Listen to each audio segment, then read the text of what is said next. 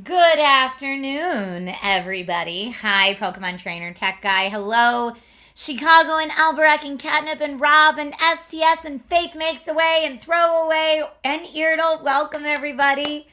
ACAS, thank you for the sub. That was like 2 hours ago, but if you're here, welcome. Hi, everybody. Hi, Mr. Yasman. Also, a huge shout out and hello to anybody watching on Amazon. I know my Twitch Gong shows are normally exclusive to Twitch, but surprise! I'm going to be out of office all of next week, so we get double stream time this week. Now, there are some games I will be playing on the Gong Show today that are definitely rated M for mature. So only our first game of the day today will be dual streamed to Amazon and Twitch. Welcome everybody to wherever you're watching. I'm giving 90s mom vibe today, am I? Hair looks great, thank you. Is this 90s mom vibe? I was joking around this morning with my dad because he's visiting. This is an LA sweater because, you know, it's like a little bit of a crop, right? So I'm like, it's fuzzy, it's warm, but also you're not going to wear this if it's 25 degrees out because your belly would be freezing. So it's a cropped sweater. It's a cropped sweater. Am I going to be on Daily Tech News Show? Not this week. No plans this week. It's a bit of a 90s mom sweater. Okay, well, it's very comfy. And today is chilly out in Los Angeles, so I wanted to wear a comfy sweater. Atomic Doc says, never ending story. Right on. Yes, for those of you who joined me earlier for coffee chats, you've already heard me wax poetic about my love of Never Ending Story. But if you missed coffee chats this morning and you are just joining now in the afternoon, I'm wearing my Oryn. It's amazing, and I love it.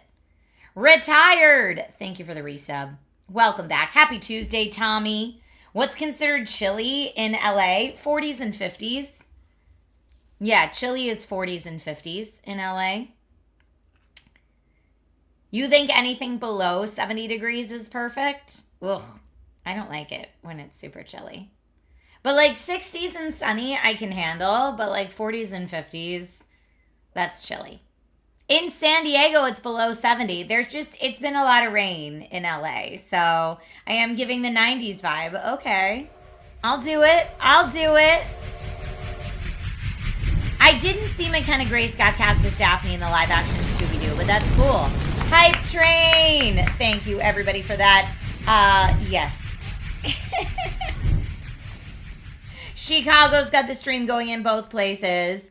Freddie, are you saying a prayer? I'm not quite sure what's happening in Amazon chat over there, Freddie.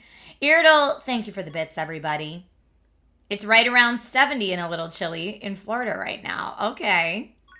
Is Coffee Chat an Amazon stream? Yes, Coffee Chats happen in the morning. If you're ever wondering what the streaming schedule is, Jen makes up this nice little graphic for me every week that I share to Discord. And in the announcements channel of Discord, you'll see the schedule for every week. And I really do try to stick to that as much as possible. So that's how you know when everything's going to happen. I see you push the button. Oh, very nice. We're all winning today on a Tuesday. But not every game can be a winner. So welcome everybody to the Indie Game Showcase. Today I'm going to cover, let me see how many I have games to cover. 7. I have 7 indie games to cover today. And the first one, everyone on Amazon will get to see as well. Dun, dun, dun. Hey, this is my 4th account. Anytime I'm invited, I almost always say yes. But I know they've got a lot of great people that they have on. So everybody gets a turn. That's okay. We're all very busy. All right, the first game that I want to share today, y'all are going to laugh because it is a cooking sim as far as I know. You know how I feel about those. But the first game that we're going to talk about today, I'm not sure if it's a controller or a keyboard mouse game. But we shall see. Zen God, please watch while playing Dota 2. I went through a Dota 2 phase. I'll be honest. I'm not great at it. But I went through a Dota 2 phase and I had a great time. I really enjoyed playing it, even though I wasn't good about it. It is not more Goblin Sushi, nor is it Ghoul Sushi. No, the first game that I wanted to check out with everybody today is called Feastopia. Feastopia is... Oh, here, it's starting without us, so hold on one sec. There's a cat at the restaurant. I don't know what's happening yet. I'll tell you more about it in just a second. Oh, no, kitty cat. Don't knock that over.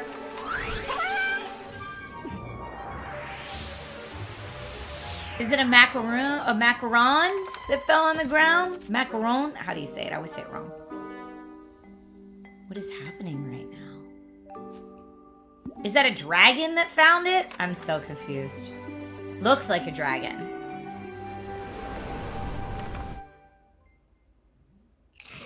Okay. I am going to have to fix the borders of the game here, so I will tell you about it while I'm doing that. Yeah, investment of years to be able to play Dota 2 well. I could not agree with you more. The mere months that I played were not enough to be competitive. The cookie fell through a portal in time. Okay, we're gonna have to see what this is. But yeah, this game is called Feastopia. And give my computer a second here to take it back in. But it's developed by White Star Studio, published by Indie Arc. All right, now we're gonna go back, and now I know it's really stretched out, but don't you worry. I'll just adjust the settings when we get there. But this just launched January 29th, so it's still pretty new on PC. In this game, you forge a pact with an adorable deity and build a thriving foodie metropolis in a bountiful land. With randomized maps and events, unlock hundreds of wondrous abilities, experience a unique adventure every time you play. It is a roguelike culinary city builder. Create a city for the young god with randomly generated maps and food recipes. Keep sharpening worker skills and upgrading to produce high-quality items. So that's what we are going to do. Atomic Doc, thank you for all the bits today. Why does the creature have a mouth in its stomach? I don't know the answer to that question. I am going to go to our settings here, though, and just see if I can get it not so stretched out for y'all. Let's see if it gives me an option. Resolution, that is what I want, but I want it... actually, I want it borderless, please.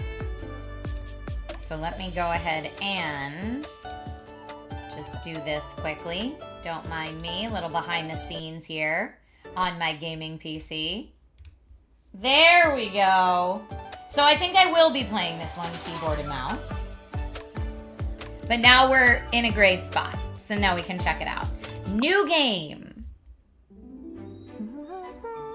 This is adorable.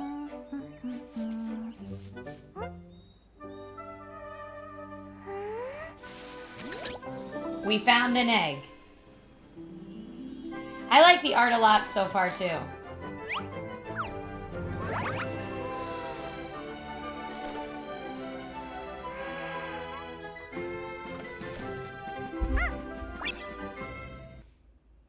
She's very happy.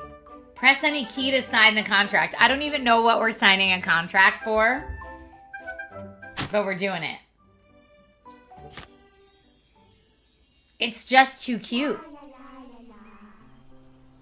The emblem of the contract has been lit.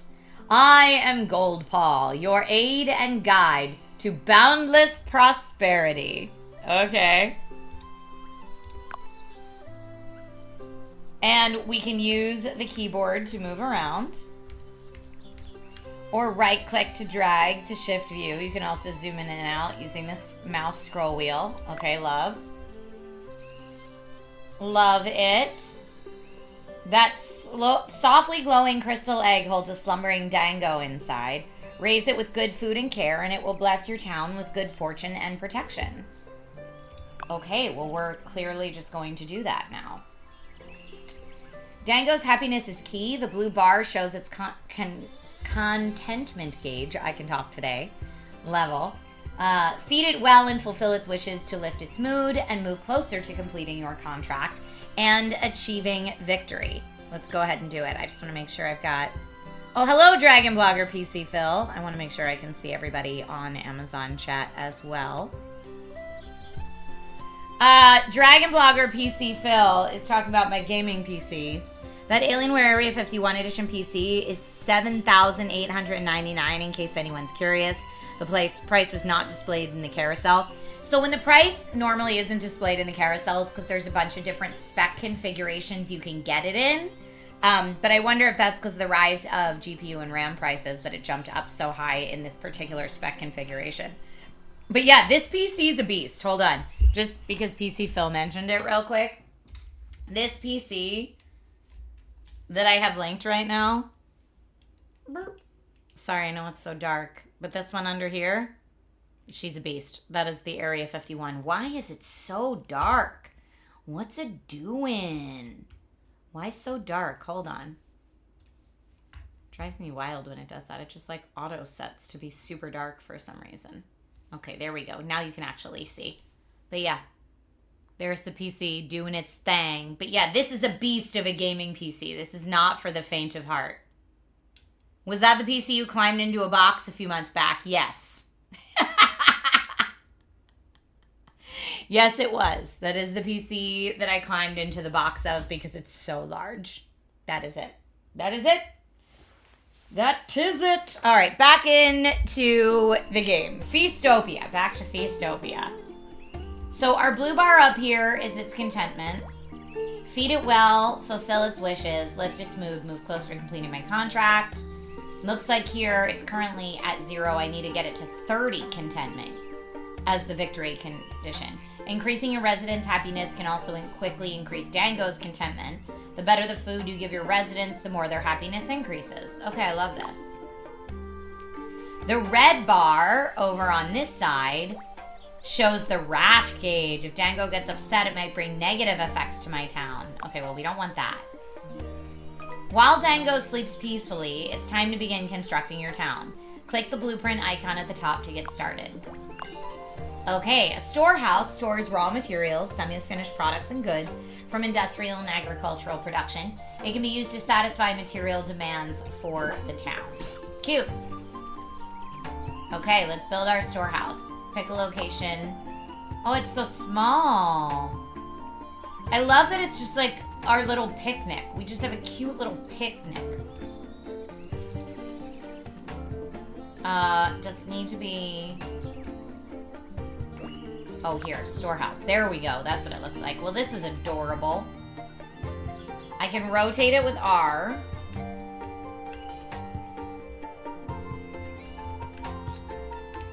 I'm gonna put it right there. Well done. Click the stock button to view your inventory. Common materials are pinned at the top for easy tracking. So there's planks, bricks, and windows. Okay. No food in that one. To distribute stored goods to your people, you'll need a market. The blueprint is ready. Time to make it into your town. So let's make a market. Oh, look at this thriving market. Let's put that over here. Now just build a road connecting the storehouse and the market. With that, your first supply line is complete. Okay. Hold on, I gotta get this. So let's do my storehouse to my market. Great. With supplies ready, let's build some labor dwelling to attract more residents. Don't forget you need to select the blueprint before building the houses. We're gonna get the blueprint for the labor dwelling, and then we're gonna build our friendos some houses. They can live, I think maybe around the market. I feel like they'd like that. So let's do, or do they want to have like their own dwellings back here maybe? I don't know. Or maybe they want to be closer to the center.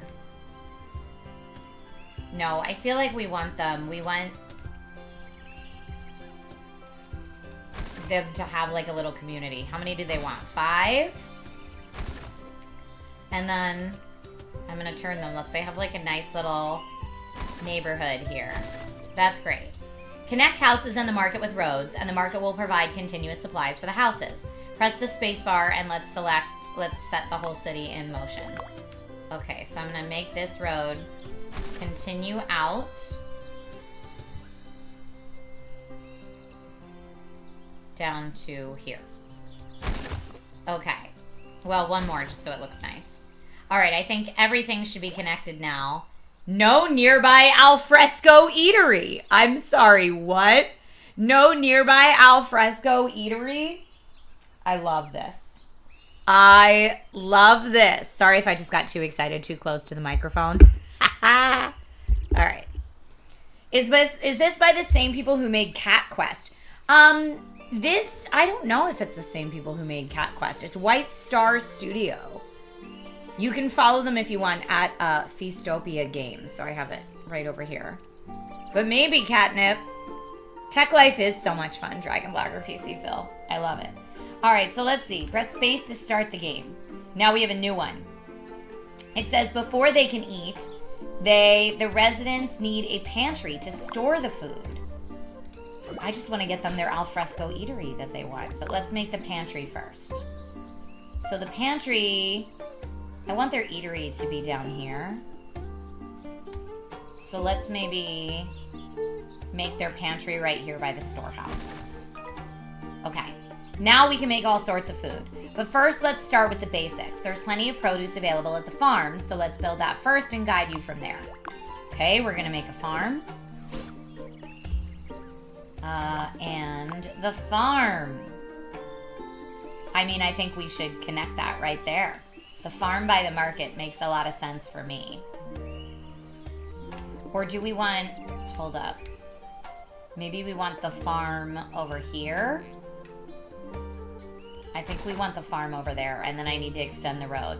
Crops need land and plenty of sunlight. Let's start by growing some cucumbers. Select crops and then mark plot to expand the farm. Don't forget to assign workers so it begins running smoothly. Okay, so let's see. Is that... That's crops, but that's potatoes. We're supposed to be making cucumbers. So here, I'm gonna... Substructures must be placed along the farm. How many? 20 cucumbers. Oh, I have to produce 20 cucumbers in the farm. Okay, so this is... I can make 24. So I did 6 of those. I'm gonna get a little ahead of myself here and plant taters as well. And then I'm gonna plant sugar cane. Oh wait, why are they all changing? No. Okay, that's fine. I guess it can only be one thing. And then I'm supposed to assign... I'll put 2 workers on it. How about that? Okay, 2 workers, and let's extend that road. Okay, and now there's a road to the farm. But yeah, I am, that gaming PC that you mentioned earlier, that is capture carded into my streaming PC, so that's why I have a 2 PC setup. And yes, this is an RN around my neck, Orion. Good eye. Good eye. Okay. I feel like we're pretty ready to do the voting for this one. I feel like we've seen some of it. It might get more complex. It may not. We haven't really gotten to when the deity wakes up yet. But I'm going to start the voting pretty soon anyway. So let's see. I have to produce 20 cucumbers. Oh, things are happening over here. Why are they glowing? Oh, wait, hold up. Look at this little, like, bird thing carrying my cucumbers. Now, what's up over here? Pantry and storehouse are fine. Wait, look at my little friends, though. Look how cute they are. Hey, little friends. These people really need more food. So we're trying. I could fast forward time. I think I just want to do even more crops here.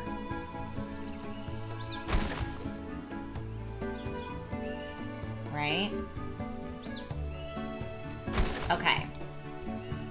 And then we've got 2 people working. Maybe we make some more. Not enough workers. Oh, it needs 5. Okay, now it's much faster. That's what I needed. I need 5. Astro Banshee, you're liking this one? All right. The voting is now live. For anyone who's curious how the voting works, on Twitch, you can use emotes in chat to vote and let me know whether you like a game or not, and whether you think we should keep playing it.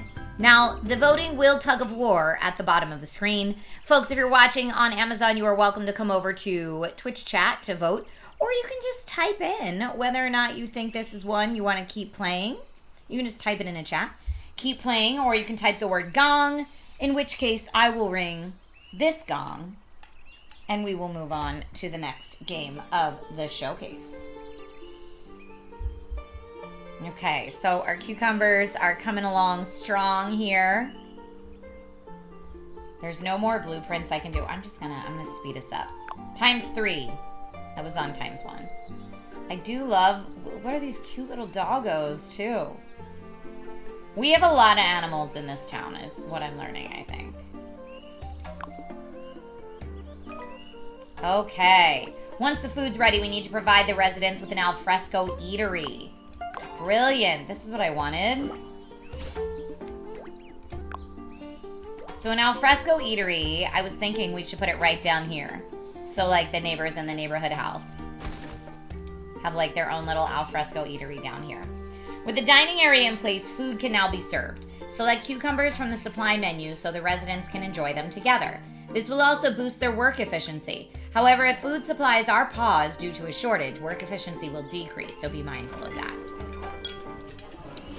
So this is connected, that's fine. It says from the supply menu. I need to choose them from, oh, here. Okay, I've done it. Supply menu. They all love the cucumbers, is what I've learned. Have I ever watched my battery percentage on my phone and watched it tick down? I guess if I was like hardcore gaming, maybe. Surprise! After tasting their meal, your residents have discovered a new recipe. Go check it out. A carrot! So now I think we can just change our farm to make carrots. Produce some quick so that we'll have them because that's what he likes to eat. Okay. I'll put in carrots. See, now it just magically all changes to carrots. So we're gonna get some carrots quick just in case our cute little eggy friend over here gets hungry.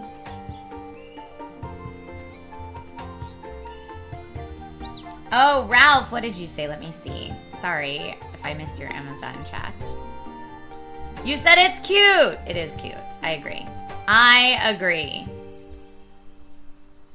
It's adorable. Now we're making some carrots, so that should be fine. Look, he's bringing them to the storage, so we're good there. We're supposed to produce 30 carrots from our farm. So I'm going to go ×4. We're going to speed this way up to make those carrots. Everybody, I mean, I don't know if my people are happy, but we have no, like, wrath or... so no wrath, but no contentment either. You think we should cut down the trees to make for some lakeside homes over here? We might have to make, like, a fishing pier or something over there eventually, would be my guess.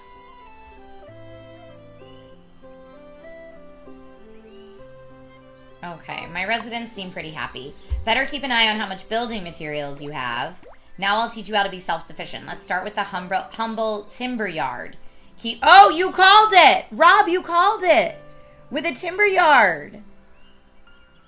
Oh, your older version of your Steam Deck can't have animated screensaver, but newer ones can, Catnip. Catnip, have you had a chance to try the ROG Ally yet? The Xbox ROG Ally instead of the Stream Deck? Maybe that would be more up your speed? I don't know, it's $110 off, which is wild to me that it already is. Okay, let's choose a good spot and build our timber yard. And we want open space. The more open space around it, the higher the production efficiency. So timber yard, yes. So yeah, I think we want open space as in like where we can get the most trees, maybe. There are berries there, though. I don't want to chop down the berries. You know what? This says 100% right here, so I'm going to go with that. Boom. Good choice. Now let's start producing logs. If you're short on workers, build more houses to attract more residents. I have them, and I am outputting logs. Great, we did it. We do, however, need a road.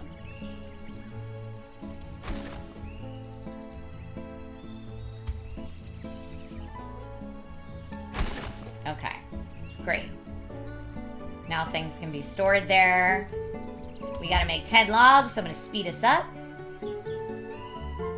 This is cute, but you're waiting for the cooking to start.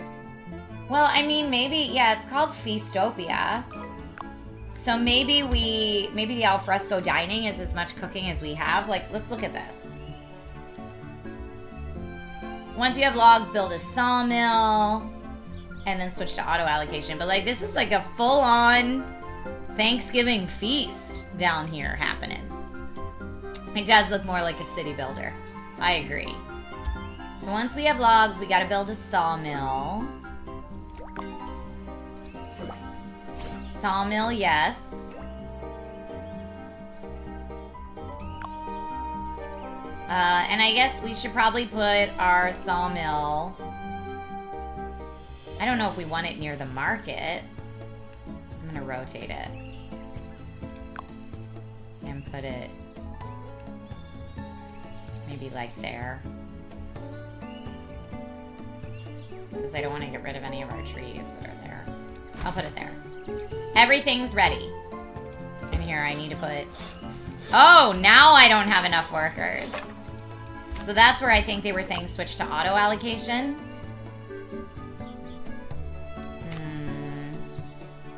Alright, let me take 1, 2, and I'm going to put them here. 1, 2. And I think all my workers are assigned, so we need more workers. And then we got to make planks. And that's the production priority, so that's okay.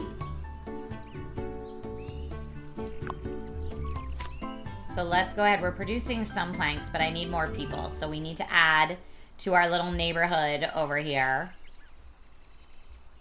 Let me add another labor dwelling.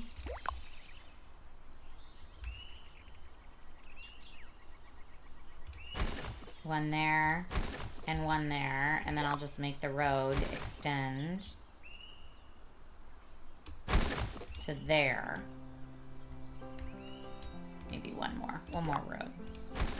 And now hopefully we'll get a couple more workers. Number of workers, yeah, 2 out of 5, 3 out of 5. We got 5 out of 5 there, which I really don't mind. Now I can put more workers in place, though, now that I made more dwellings. I still could honestly use more workers, it seems. This needs a 1.5 option. I'm going to put it on 2 for right now. Looking good. Looks like you're getting the hang of it. Next, I'll assign a few missions to test you. Oh, you said Stream Deck, not Steam Deck. Haha. I see. Yo, yeah, because I was using the Stream Deck. They're named so similarly.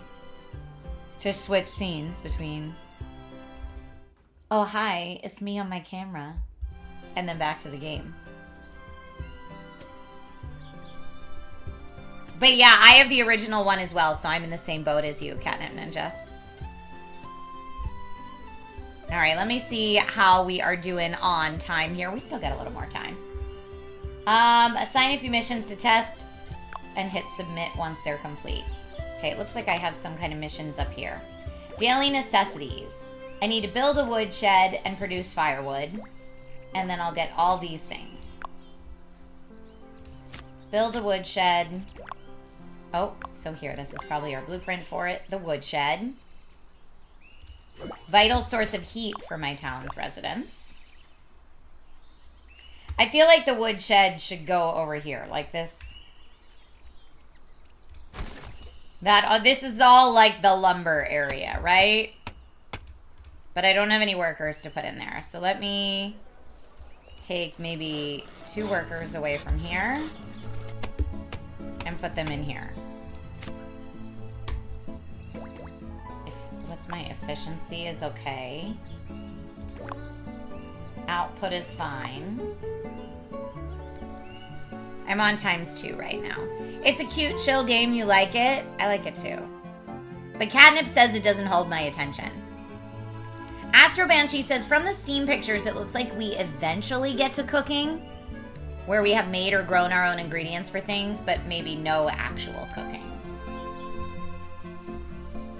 And man, we have lots of great efficiency over here at our farm. And so let's look at this, and we are making firewood eventually. But I need more people. We need more laborer dwellings. I didn't think we'd have to make so many houses so fast.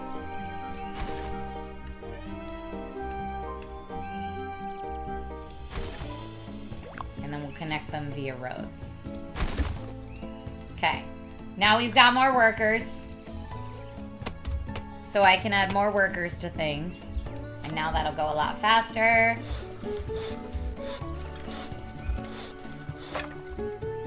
You've got more.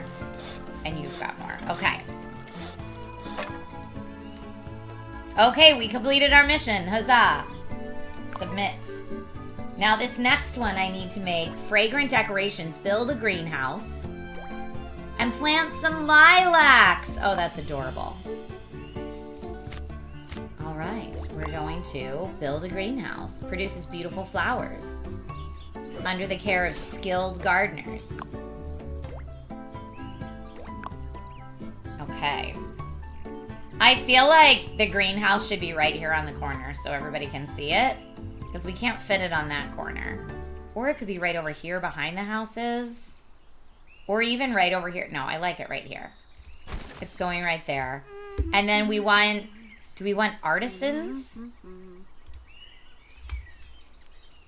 Or masters? I don't know. I'm going to take 1 worker away here. 1 worker away here. Do I have any? Maybe I don't have any artisans. Yeah, I guess I don't.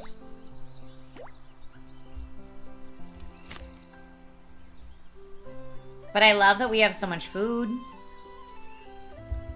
Catnip says it's not terrible, but you don't want to sit through another 5 to 10 minutes of it. But Rob says, I like the city builder gameplay enough.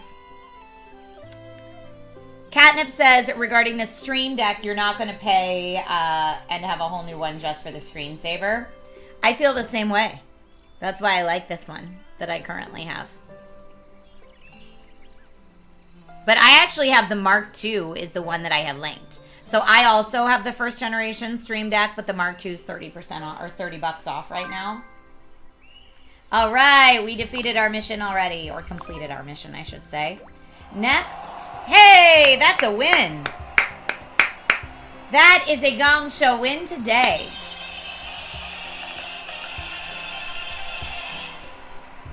Dun da da. Astro Banshee says, if anyone wants to update their Stream Deck and sell me their old one for cheap, DM me. Will do. Next, we need to build a livestock pasture. It's funny, I have, in the Amazon carousel, I have all the PC parts that are inside this PC. And I'm thinking, I have a friend of mine that recently reached out because he wants to start streaming, and I'm thinking about building him a PC. So I'm like, maybe I should, make some content out of that. I don't know. All right, let's do livestock pasture. How much room do I need for it? Do I need a lot of big open space? I would imagine I do.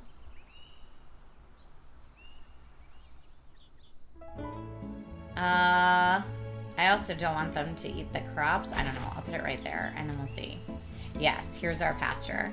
We need 3. Whoa. 1, 2, 3. And we want lambs. Lambs right now. Okay, and do I have laborers? I do.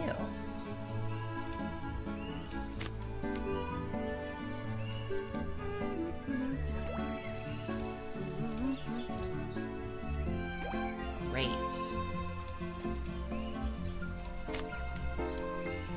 Oh, but I do need a road to connect it. There we go. I mean, my town is a-bustling. Take a look at this. Looking good. You know, sometimes you start city builders and like it's your first time and you think you've planned everything horribly. But I have to say, it's come out pretty well. It's come out pretty well so far.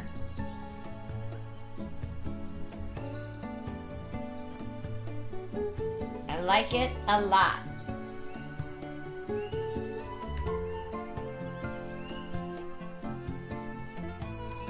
How many workers do I have in my town? I have, it looks like 11 laborers idle. Plank halted, insufficient materials. What? Why? We don't have any more logs? Where are all the logs going? Oh, because this is making firewood with our logs.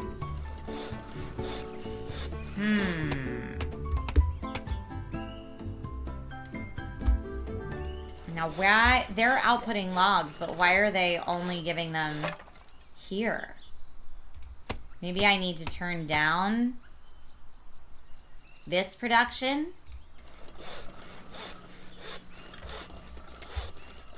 How do we think we do that? Did they say that? Oh yeah, mobile games with a tons of ads drive me crazy too. I'm with you.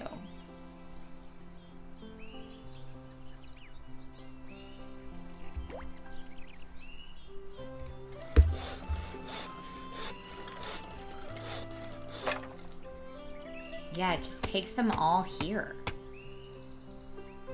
I guess I could like stop this production for a little bit.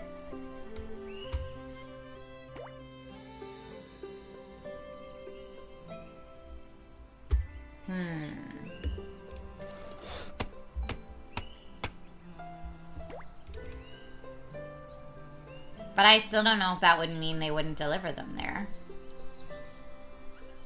Is the barn on fire? Wait, what? Uh-oh. More food's required. At least I got some more planks there. Now what's it want? Stockyard work. Build a new stockyard to process wool. Yeah, but I think before we even get to that... Oh, this gives us lots of really good food, though. And that's where I think we get more into the cooking part of it.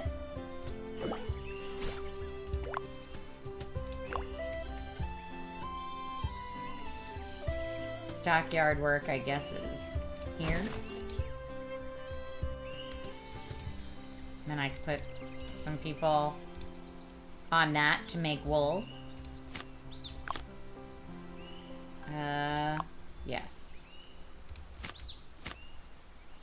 But again, our planks are halted. Maybe I need a second lumberyard. Outputs logs.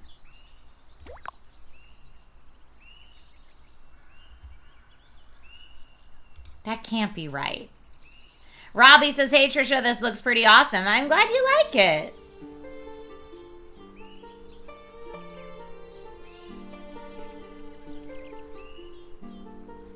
But yeah, for anybody who is curious what parts I have in this PC, they're all linked on Amazon.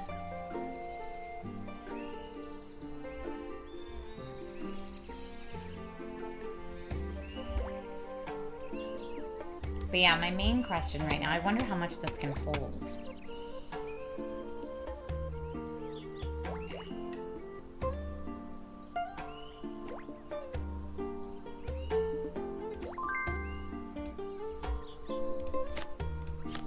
We finished that. That gives us some more planks. And then after that, it's build a tailor is the next thing.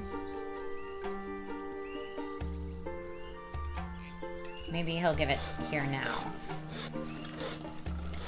Yes, now it looks like maybe...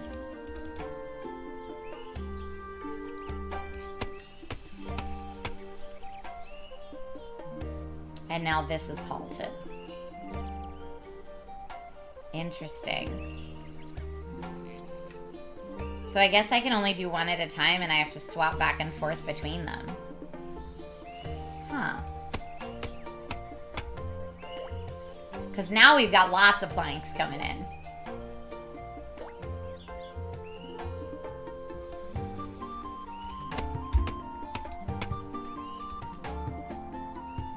I'll put 2 there. See what happens. But yeah, folks, I know more food is required for my people. We gotta work on it. This should make more food, though. Once we do the wool, I could make it give us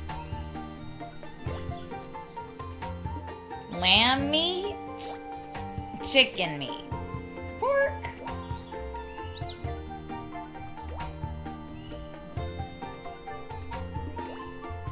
I could really get into the nitty-gritty of this, but we will not. I will not, because this is all we have time for Feastopia today. But honestly, I think this is a really cute indie game. So that was Feastopia. It is a Gong Show winner today, as declared by you. These kind of city management and sim games I could play all day long. Those are the games that I start playing, and then I'm like, oh, look, 7 hours have passed, and I didn't even realize.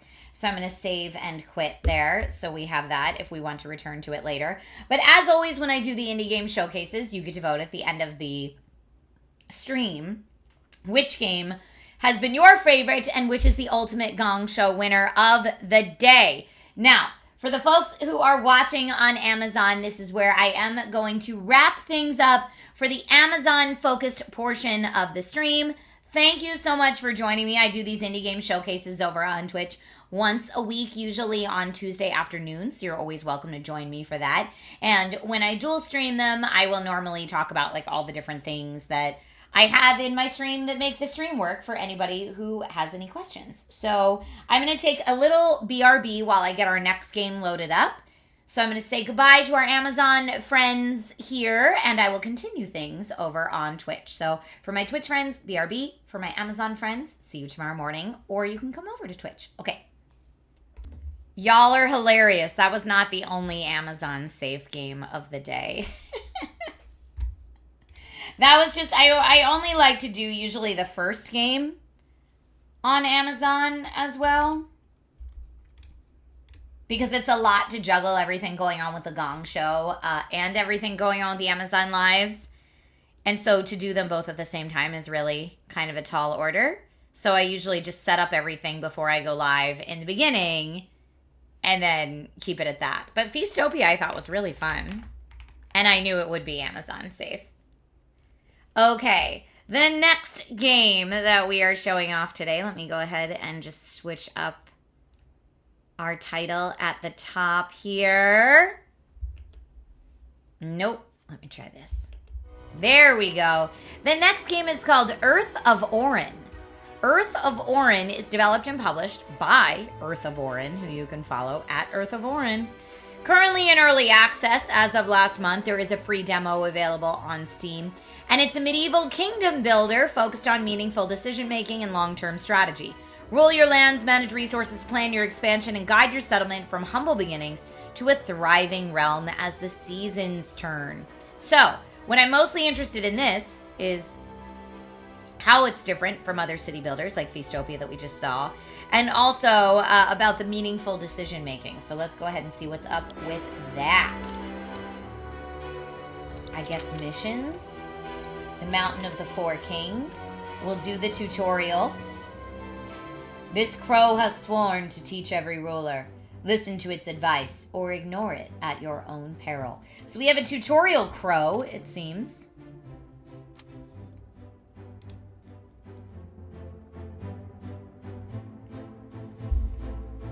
Did it say Town of Jankland? Oh, jankled. I was like, Jankland sounds horrible. 12 settlers have joined my adventure. I have 300 golds. Hello, dear. I'm the crow. Flying in the sky, I've seen many men trample these lands. I'm here to guide you in this new adventure. Caw, caw, follow my lead. Finish the tutorial. There is no time limit. Okay. You're located in the mountains of Brantford. That's quite a nice place with abundant lakes, pines, forests, and rocks. But be careful of the freezing winters. The world is under the influence of unknown forces that may trigger unwanted behaviors. You can press on the button representing a bug in the bottom of the menu, should we have a bug. You will need to influence your citizens by gaining their trust. Okay, so here behind my camera, you can see trust and happiness meters. And then on the right, there is a panel with citizens count, unemployed citizens count. That's all right here as well. Hold on. Citizens, unemployed citizens, and housing. So that's all behind there. Beside the gauges is a list of your gold and available items. I hope this isn't a tutorial where they just have me read 31 pages of tutorial and then hope I got it all. We'll see.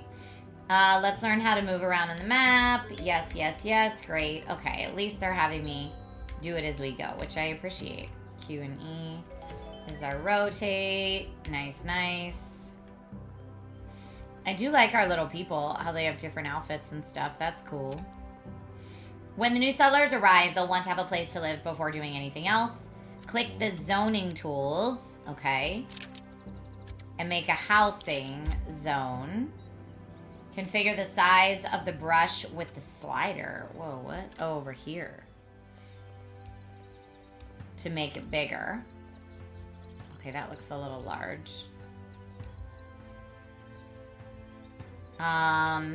Paint on the map to assign 100 housing zones. All right, well,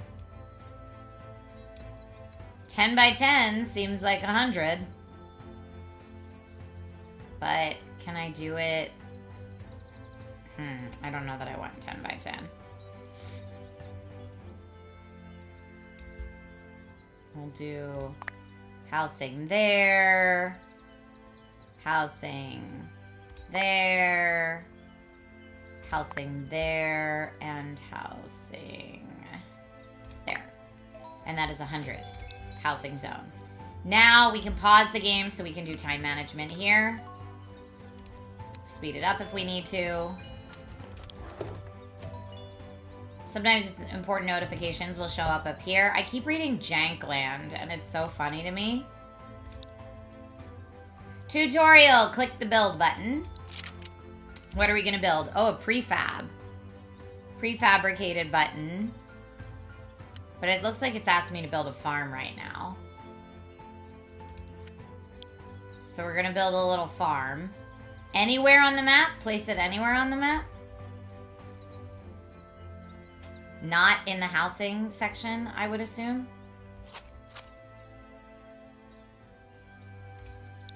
Okay. I think I did it. No? Yes, I did. I placed something there. Farm. So I guess they're building it right now. I can fast forward a little bit till it gets built. Or maybe they want to build their houses first. It did say that. Okay, it looks like our farm's getting built. Now let's start growing veggies. Where's the decision making? I want to know about the decision making. I've got 2 workers. They've got all their health points. My workers are... Oh, 3 new people on the way. Brillia and Uvalan. All right. I need zoning tools to a harvest zone. So I'm not building. Zoning tools. Farmer zone tools. Harvest zone. Okay, that should be near our farm.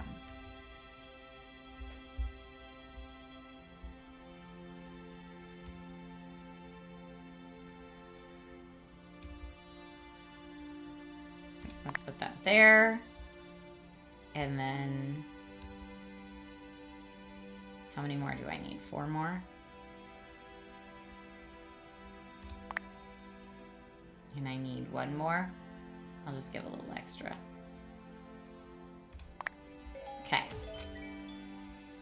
Now I've got people working on the farm. Click on the build button. Oh no, this build button. But it looks like the axe, so I got confused. Okay, lumberjack camp. And then we need to put a lumberjack camp. Wait for your citizens to bring resources to the construction site to build it.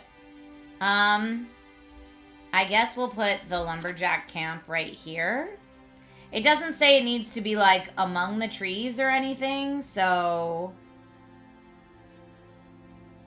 I'm just gonna put it back here. So far, I at least don't need to worry about roads or anything.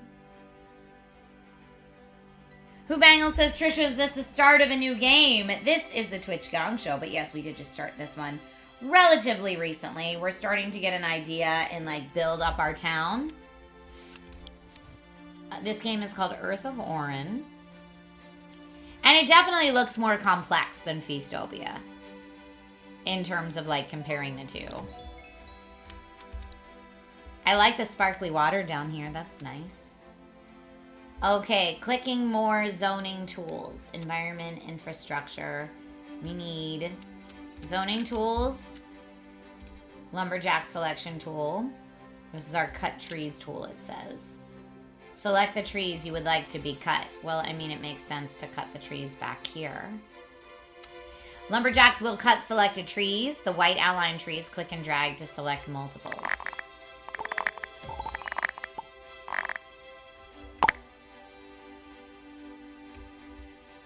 Okay. Now we can accelerate processes by hiring more citizens for a job in our town center. Select the town center. Scroll to the connections workers. Now, is town center down here or is this our town center? Or did I not do the lumberjack yet? Okay, town center. It says I can look at my workers. That's right here. Ah, okay, we're opening more worker positions. So now we've opened the worker positions. Did I happen to catch the Philly-themed episode of The Simpsons on Sunday? No! But now I want to see it. All right, I'm going to start the voting on this one, my friends. This, again, is in early access right now, so keep that in mind. Build a stone miner camp. Okay. Stone miner tool, but we have to build the camp first. Prefab, stone miner camp. Now, it does look like there's some stones up there. There's a lot more stones down here, though, so... Okay, we're gonna build that there. And then... they're doing that, and then I'll do my zoning tool for the miner selection tool. Boop. And then I'll fast forward it. Oh, a new citizen just arrived. That's pretty exciting. Got my rocks. People notice that people are moving slowly. You can fix that by building roads. Faster citizens means higher productivity. Build 10 roads. Well, see, I thought I didn't need to deal with roads, but clearly I do. I can make a path. I could do planks road. I don't have enough to do a stone road. But I guess just a path for right now. Makes sense. Where do I want the roads to go? Everything seems pretty connected right now, but I guess I could do...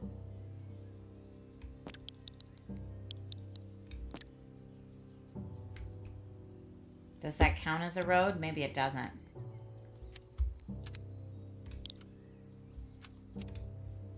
We'll see if it does. We'll see if they give me credit for it over here. Did they have a fight over cheesesteak? Because that would make sense. Thank you for the hydrate reminder. Have returned. Hi, Jack. How are you today?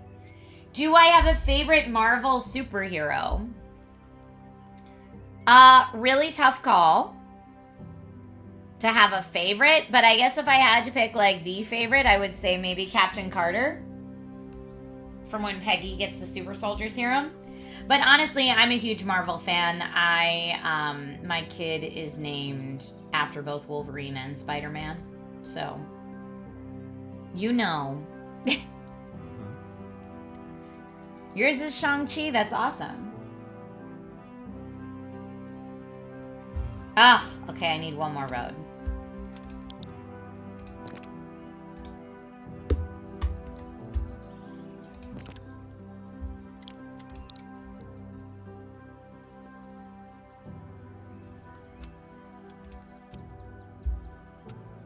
Okay, almost got my 10 roads.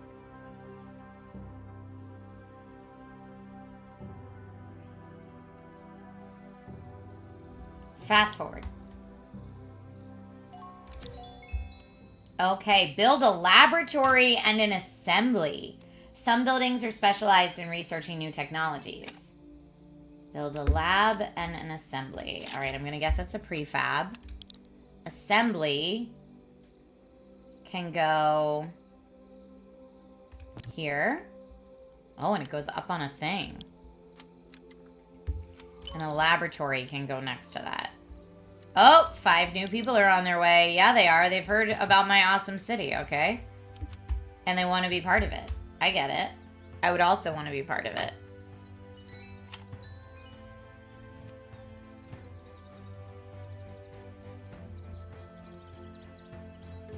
Five more settlers have decided to join. Good way to make money is to set up taxes, research tax in the assembly, and citizenship tax. Order. We're going to research tax. And then we're going to research citizenship tax.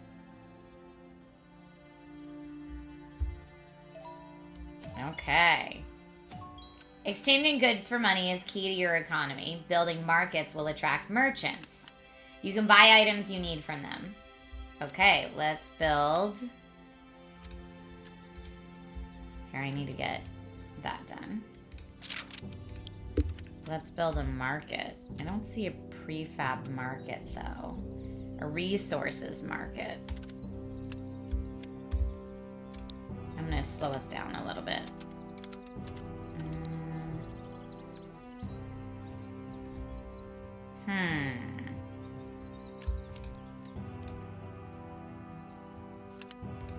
It says to build a resources market. Oh, 19 citizens can't find a proper house. Well, that's not good. I guess I need to zone more housing. Okay. Now, hopefully we'll have more housing.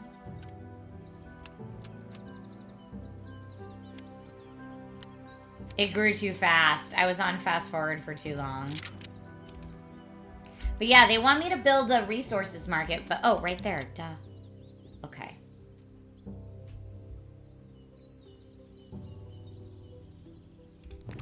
I'll put that right there.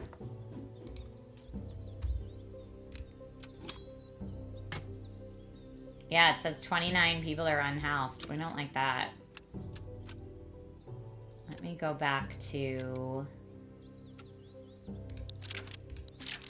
Oh, terrain tools. We didn't mess with any of that, and we probably should have. Lumberjack, miner, farmer, housing. I am going to do more housing. Because I've got lots of people unhoused, apparently. But you know what? They've just cleared out all this area, so we can have more houses. Do we have enough food? Maybe I shouldn't put it here, because maybe I need more food right there. I'm going to put more housing there. Hopefully that'll help. A new citizen just arrived. Configure your market to sell wood and stone. Now, I'm still looking behind my webcam, and I see we have 28 citizens, 18 are unemployed, and you have to build more houses if this number is lower than your population count. But right now, it seems okay. So hopefully people won't be sad anymore. I guess I could zone more for farming.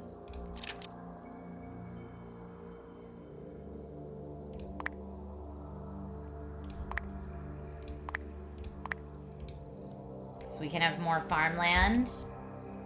And then for our market over here, it says, select it, configured to sell 20 stone and 20 wood. Operation, default priorities. We want to sell 20 and 20. Okay.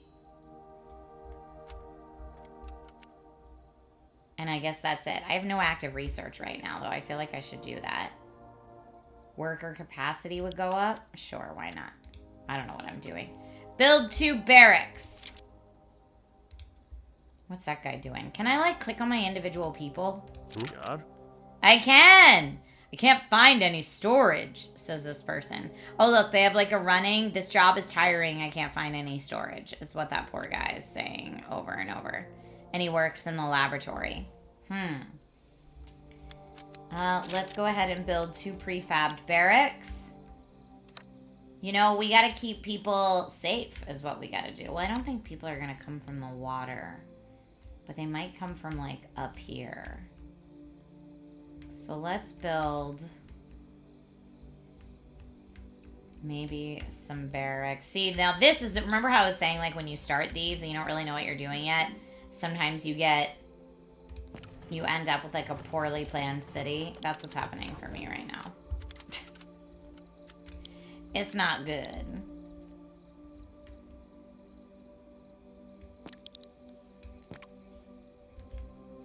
I just built a little pathway to make it easier for people, maybe.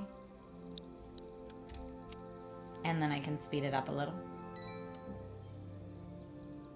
2 more settlers have decided to join my city. Now I wonder, can I build prefab, like, houses for people so they're not... I can. It can host up to 3 people. I feel like some of them might be a little jealous because right now everyone's living in tents, but, like... maybe I don't need to zone the area if there's houses. I don't know. Do the nobility live in houses? I don't know how this works. A tall house? Okay, the barracks are going up. It also, it's not helpful to me that all the buildings look exactly the same because at a quick glance, I mean, it's probably more realistic that they all look very similar. But, okay, we're hiring soldiers.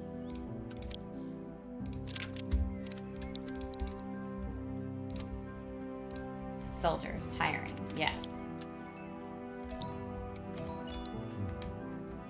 Oh, people are happy with that. I'd like to find better housing. At some point, you might like to get more insight about your economy. Open your dashboard menu, open the social menu, open the urban planning menu. Aha, so that's all here. So here's where you would get all of the info you need for all of the things. Big thinks the interface looks a little bit clunky.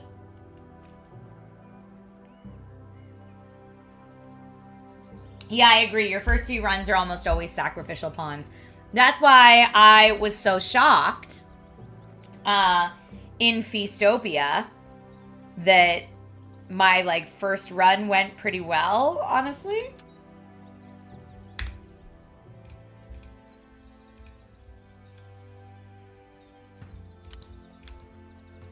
Okay. Mm-hmm. Select the laboratory and research carpentry.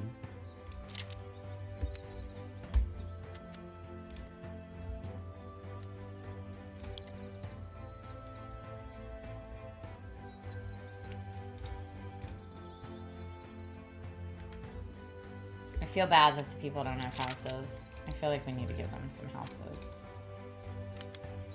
A tall house can hold up to 4 people.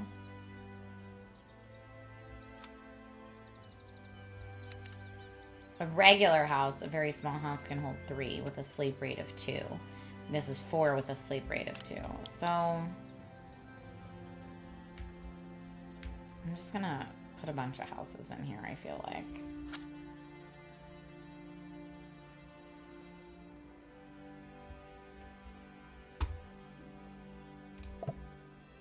Oh, pile of wood is in the way. How do they go get all that wood they chopped down? Are they going to get it? Why are they idle? Do they need to, like, pick it up? Do they need storage for it, maybe? Maybe we need another stockpile.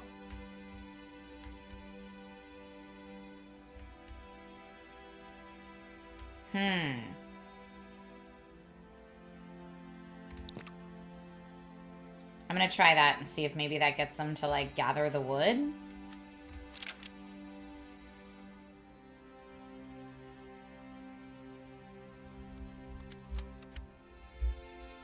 Because I don't think any time in the tutorial we had to build a stockpile.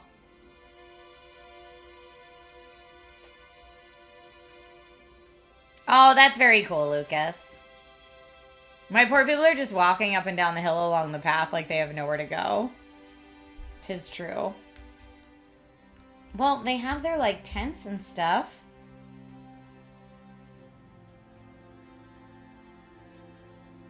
Yeah, I feel bad for them.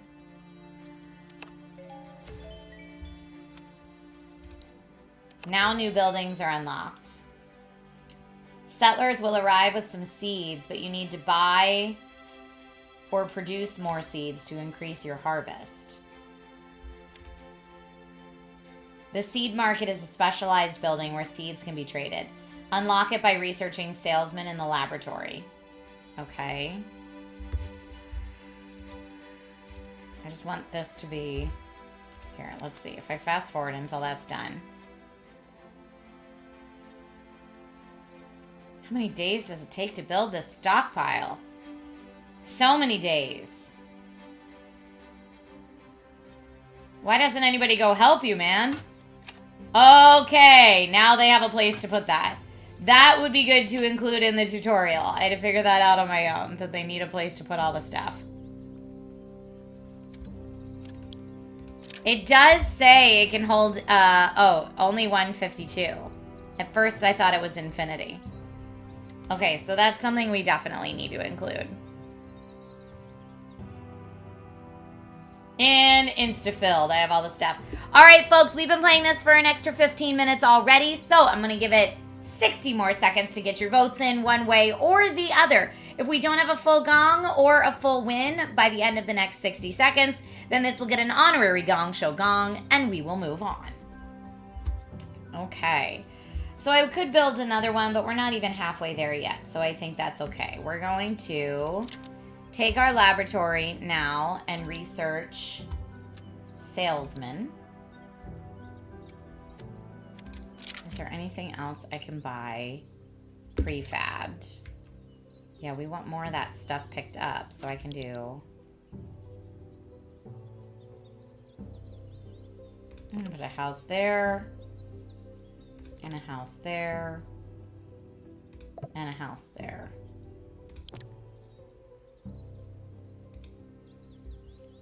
And then I'll do another path. That's gonna go 1, 2, 3. Oh, one more. And then buy that road. That way people can go to their houses.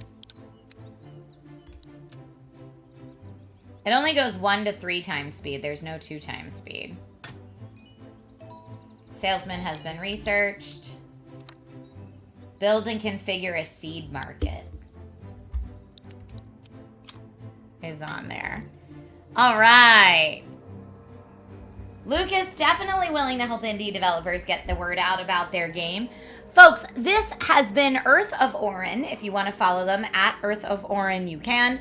It's just brand new in early access as of January 19th. There is a free demo on Steam if you want to play it for yourself. For the purposes of today's showcase, it got neither a win nor a loss. So it gets an honorary Gong Show. Gong. Again, free demo on Steam for anybody who wants to check it out. Earth of Oryn. Oryn. And not Oryn like what I'm wearing right now. All right, I'm going to save my city and get on out of here so we can get to the next title. This next one. Ooh, seems to be fairly popular on Steam at a quick glance. Let me get us set up here. It's a playtest that's going on right now.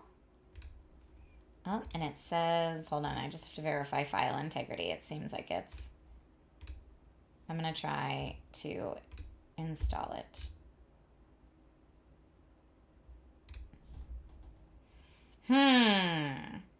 Maybe not.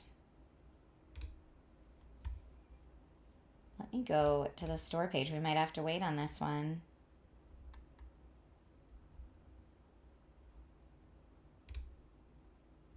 Okay. Here we go. It's taken just a second because I'm going to re-download the demo so that we can check it out today. You just notice the Oryn. It looks so cool. Dime Detective! Just did push-ups, so I'm going to do push-ups. Hey, yo. Gonna do the push-ups. I'm going to do them this way. Let's see. I'm going to tuck in my crop sweater just in case. But here we go. 10 push-ups. Thank you for keeping me on it. I do need push-ups because I'm not that strong yet. 1, 2, 3, 4, 5, 6, 7, 8, 9, 10. All right. And I know all the real fitness buffs out there are like, you gotta go lower. But look, I'm doing what I can. Every little bit helps, okay? Thank you, Dime Detective, for that. Being Sarah's everybody critiques. You're allowed to critique, but I'm also allowed to get annoyed by it, is the answer. I've had at least 24 people reach out to tell me how I'm doing my push-ups wrong. And the funny thing is they're all contradicting each other. And that's why I'm over it. Everyone has a different opinion of the right way to do push-ups. And y'all disagree with each other. I just want to put everyone in the same room and say, fight amongst yourselves. Because for me, however I do them is better than not doing them at all. However I do them is better than not doing them at all. Am I sore after? Yes. The right way is what's comfortable for you. I mean, I'm doing them the best I can, okay? Instead, push the planet down.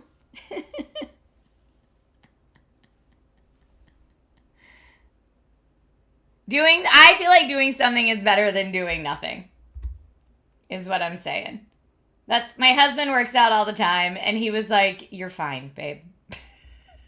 I'm not trying to be like Ms. World or anything like that anytime soon. I'm just trying not to be super out of shape.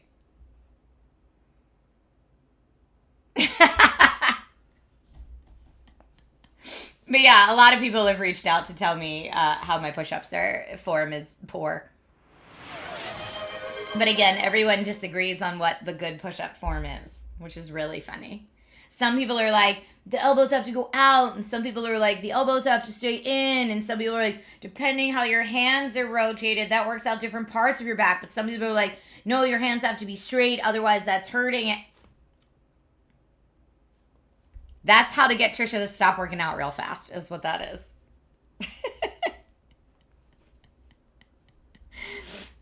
Frequency punch with the plank. We've got 10% left on this, so I'll do a plank.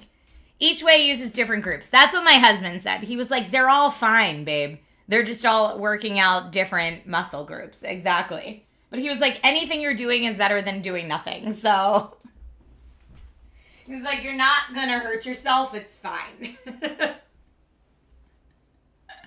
Yeah, Brandalorian says as long as you're not hurting yourself. Exactly. Okay, forearm plank for me. Here we go. Forearm plank. I'm going to try to do 30 seconds. Just watching that. Watch.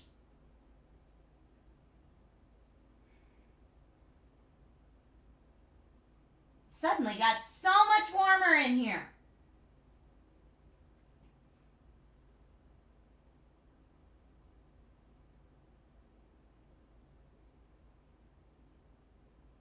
Oh boy.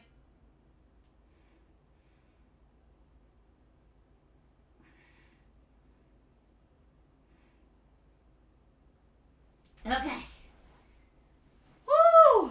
A sweater doesn't feel like the right thing to wear if I'm trying to do push-ups and planks back to back. Rob says call 911. No, I did not die. I promise I didn't. And now the game's finally ready, so it worked. All right. Okay. This next game is called Guardians of the Wild Sky. It's developed and published by Blue Isle Studios. You can follow them at Blue Isle Studio, or there's actually a game Twitter, Play Wild Sky as well. Welcome to the demo. There is a free demo on Steam. That's what I'm playing today. Survive, build, craft, and explore a vast magical world as you capture and bond with powerful guardians. Captain your own airship and sail the cloud seas. Build everything from cozy homes to flying castles. You can play solo or cooperatively with friends, and multiplayer is recommended for up to 5 players. But I'm going to play by myself. Create a new world. New world is going to be called... Yes, Never Ending Story. Well then, you know what? Let's call it Fantasia. In honor of the Never Ending Story. Privacy setting, friends only, please. Normal difficulty.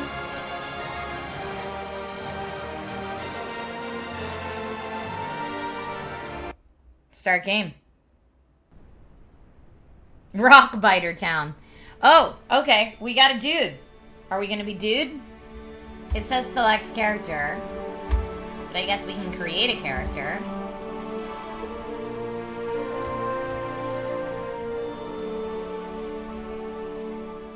Can I be... Oh. I do like the randoms. Oh, here. Okay, I can be a different gender.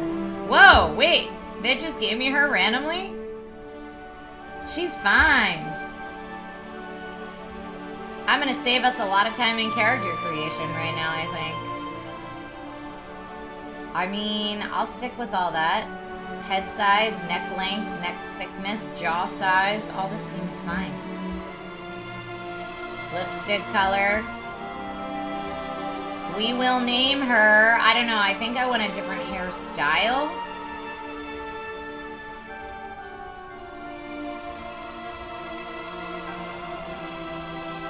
I don't know if we can do a different hairstyle, but... Oh, here, hair color, hairstyle.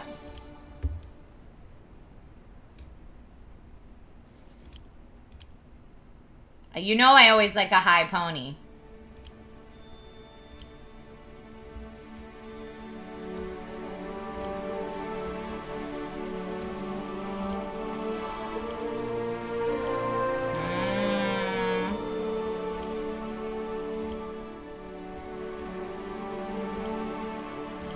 There are a lot of hair options.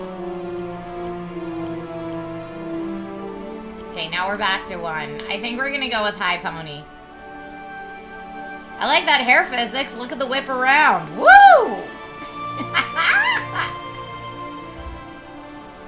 Now she currently has that color hair.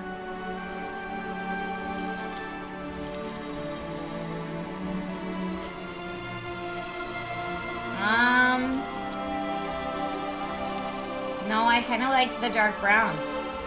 Her name's gonna be Moonchild.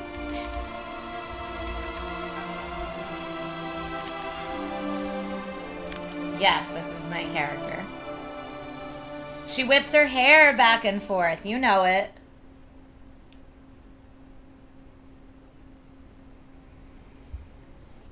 Okay, level 1. Wait, no, I don't want to create a new one. Although that stash is hilarious. No, get out of there. Select this character. Once the four folk ruled, masters of earth and heavens alike. They did not merely tame the wilds. They bent nature to their will. Mountains bowed, storms were harnessed, and the mighty guardians, beings of unfathomable power, were enslaved. Stash him away for later, but Dominion was not enough. In their hubris, the four folks sought to forge a god. Yet in their blind pursuit, they wrought only ruin. What they created was not a god, but a nightmare. A living shadow, a hunger without end. They called it malice, or so the story says.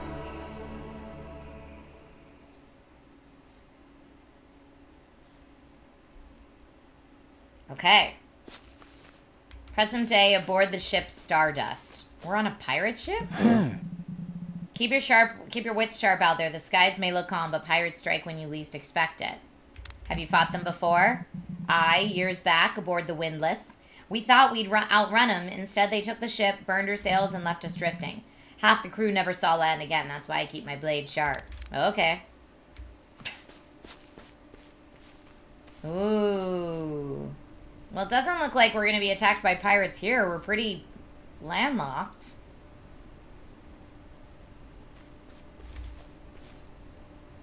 Hey, Finn. Can you feel it? Adventure's in the air. We're sailing straight into a legend. Legend? What do you mean? Treasure relics, places no one's ever set foot on. Isles in the clouds untouched since the four folk vanished.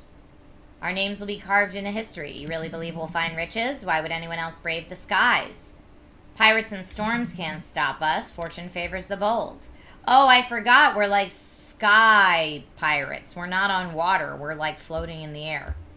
Okay. Neat. Someone's filled your head with ghost stories about some ancient evil in the skies. What if the stories are true? What if pigs grow wings? Fear feeds itself, matey. Someone sees a shadow, someone else calls it a monster, and before long you've got yourself an ancient evil. Why do you dismiss it so easily? Because the moment you start believing in bedtime tales, you stop watching for real threats, like pirates, storms, and bad stew. Now those will kill you quick enough. Yeah, you don't want to get killed by that bad stew. Hey, my friend. You okay? Have you heard the tales? Oh, dragon tales? Guardians of the Sky, have you seen one? If I do, I'll be ready. Alright. I feel like we're kind of sisters, me and this chick. Alright, we got a guy with a fun hat on up here. Captain Brannock Thorn. Curse that stew. Wait, is he really dying of bad stew? For Timbo. Thank you so much for the resub. He told the cook the oysters smelled wrong. Crew needs someone to steer her. That's you. Okay, I'm steering the ship. Okay. Rowboy.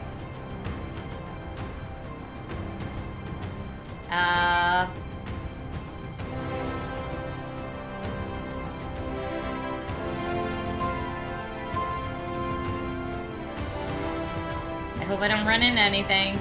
This looks very dangerous. I like that we're getting the credits as we're sailing our sky ship.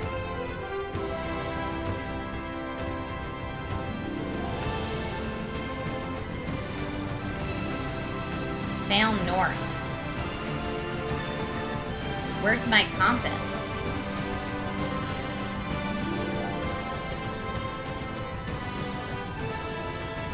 Change altitude is space.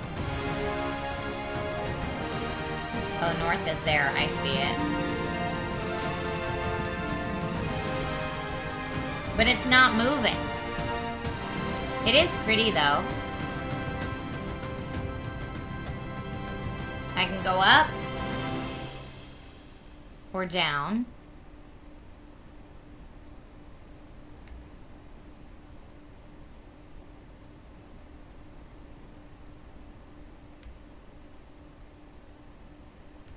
Hello, Nero Nocturnal.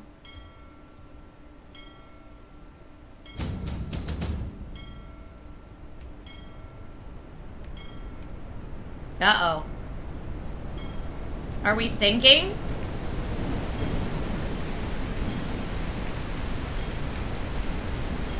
I don't think I can stop piloting the airship. Uh-oh.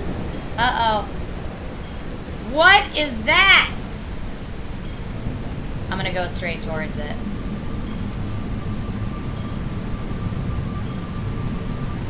No fear, YOLO.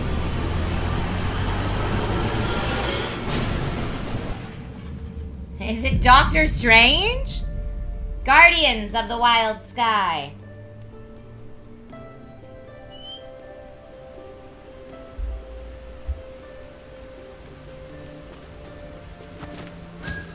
Eager Driftwing. He's so cute. Oh my, you're still alive. I saw your airship fall. Its wreckage scattered across the island. Oh, I guess I crashed it. Whoops! You should not have survived such a fall, and yet here you stand. I've seen crimson vortexes tear through skies. Yours is not the first to be claimed. Others have fallen before you, dragged down by the same storms. My sight is clouded. For now, you must find your footing. Perhaps in the time, your presence will reveal what I cannot yet see. Go forth, traveler. You have much to learn. Okay. Can I pet the eager driftwing? Pick up the gemstone shards. Alright. I can pick up stone. I'm just harvesting. I have no...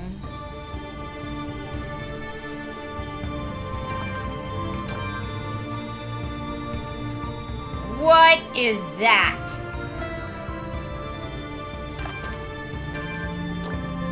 So I'm supposed to, right now it says, collect 6 stones, 6 gemstones, and craft some capture crystals.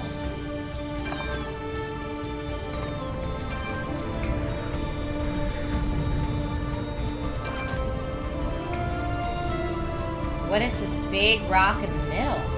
Oh, I guess that's my ship. Sorry, did I just take out all my friends that were on that ship? My bad. I'm gonna say that maybe C is crouch. Is H craft? Let's see what we got. Manage the character. My journal. Crafting. Okay. Capture crystal. Craft. I made one. Oh, but I need to craft 3 capture crystals.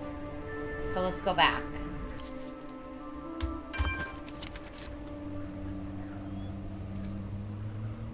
Usable items are automatically added to your action bar.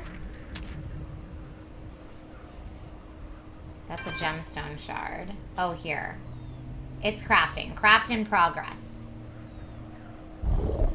Nero Nocturnal, you think this already looks fun? I like that you can play with your buddies. That's cool. Okay, so I have 3 of the capture crystals. That's what I was supposed to do.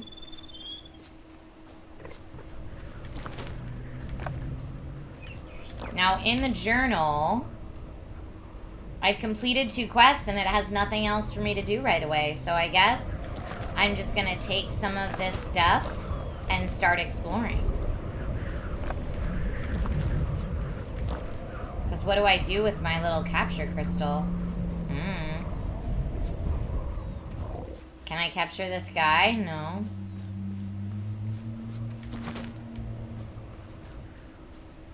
Doesn't look like I should fall down there. That looks like death.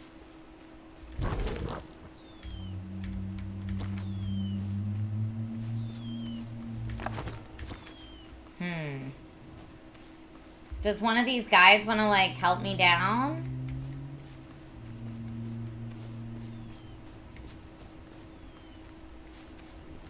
Yeah, I mean, there was all this air over here. Oh, look, someone drew a picture of them. That's nice.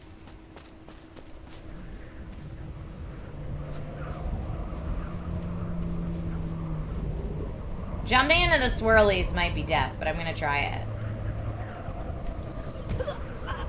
Definitely death. I didn't know if maybe it would, like, boost me back up or something.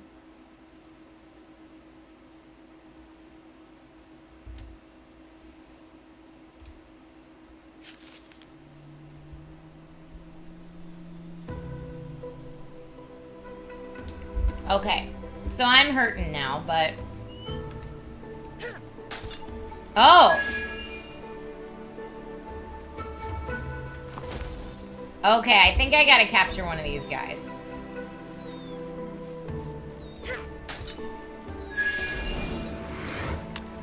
Got him. Yes, it's very Pokemon-esque.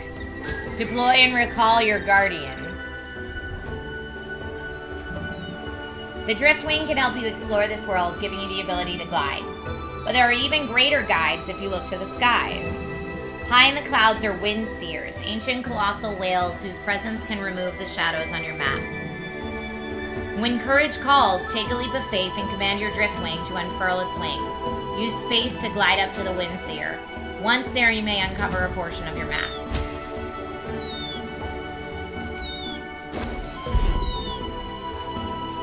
Wait, how do I do that with him? Issue order.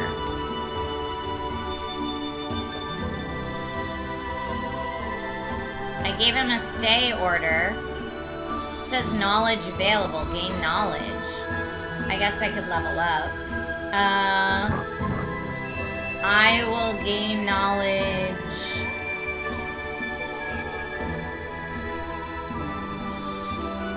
I don't know which one I need next, so I'm going to save that. But if he stays there, how do I jump on his back? Oh, space to glide. Oh, wow. Oh, like that. Okay. How do I glide to the thing, though? Collect the Windseer's eye. You see a Windseer? Oh, here's where we need to use the wind gust. Alright, hold up. I don't see it now. Where was the wind? Over here, maybe?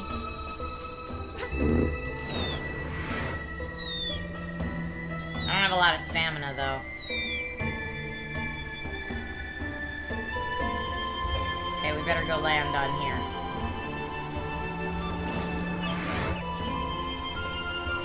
That didn't get me anywhere near where I need to go.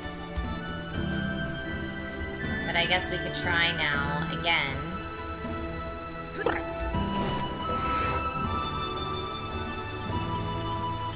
Doesn't it look like that should, like, take me up in the air? But it didn't.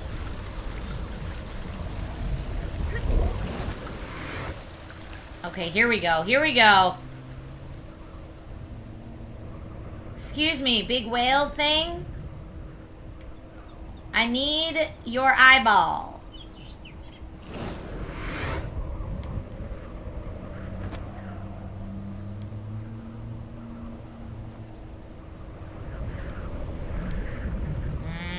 Can I land on it? Is it gonna be slippery once I land on it?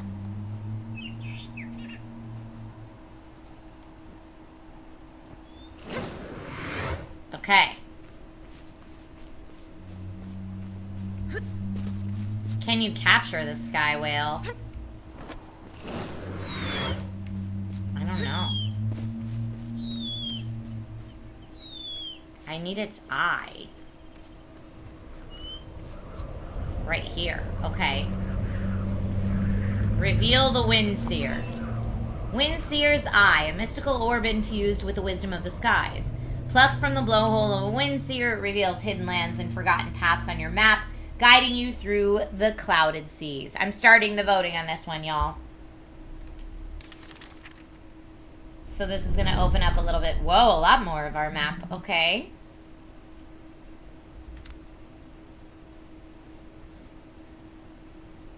So there's an arcane elemental, a storm elemental, lots of stuff right here.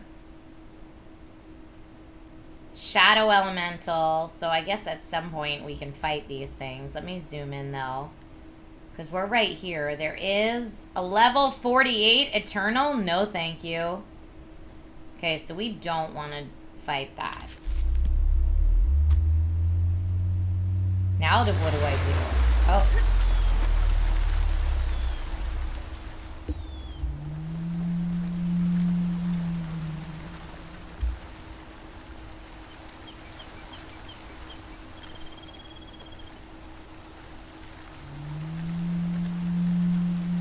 Yeah, I don't know where I'm supposed to go next.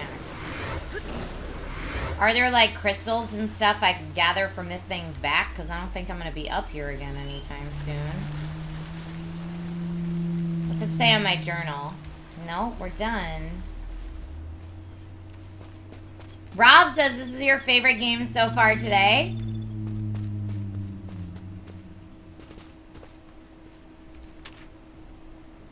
I mean, I guess we just got to go back down on the ground for right now.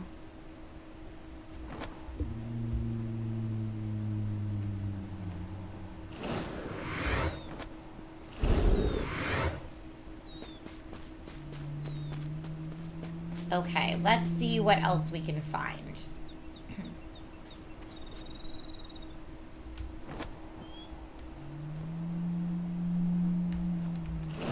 Like, what are these little blue circles? I don't know.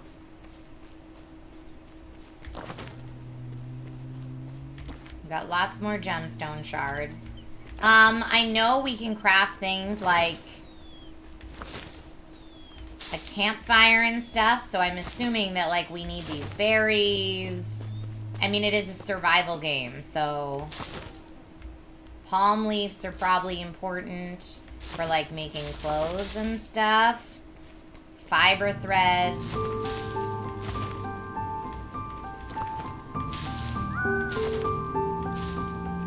My eager driftwing leveled up. That's nice. Oh, it's turning dark.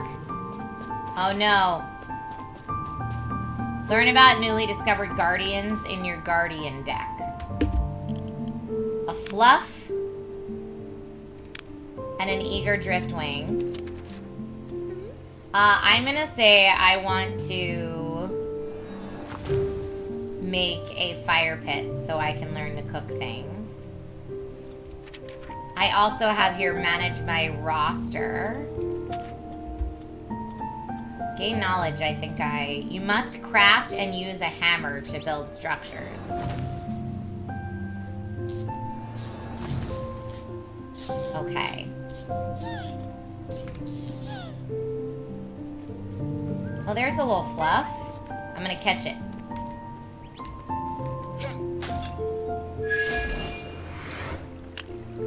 .52% chance to catch it. I didn't even get it. Oh, and now he's running away. That's alright. I'll catch a fluff another time.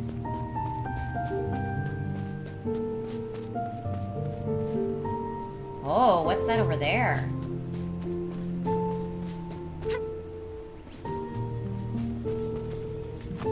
A heart wisp.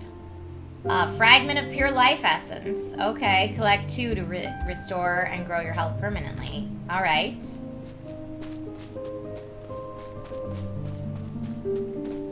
What are those things? Can I catch those? Alright, I feel like I need to find a safe spot to build a fire.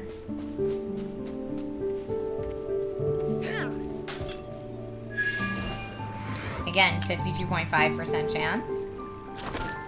Got it!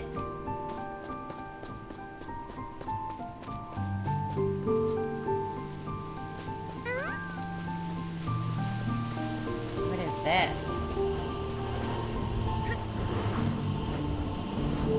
Interact with the altar of fortitude. Oh, they want 5 gemstone shards to increase my attack or my stamina. Let's increase my stamina. Great. I didn't know if I had enough, but...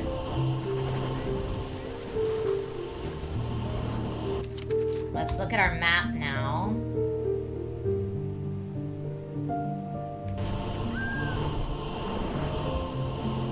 I guess, can I craft... Oh, here, we get more stuff. Calm and indifferent, they ignore others unless provoked. This one can glide.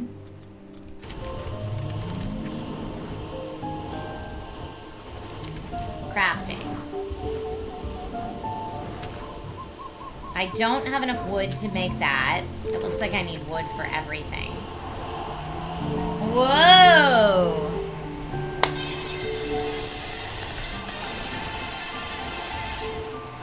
Bink says, I think this one needs a bit more time to cook, but there's definitely potential there. All right, we've got a Gong Show winner in Guardians of the Wild Sky. Let's see what else is in here. So, the only thing I can make right now is more capture crystals, unless I gather some wood. But I'm also wondering if blueberries are yummy. I'm going to add them here in case I get hungry.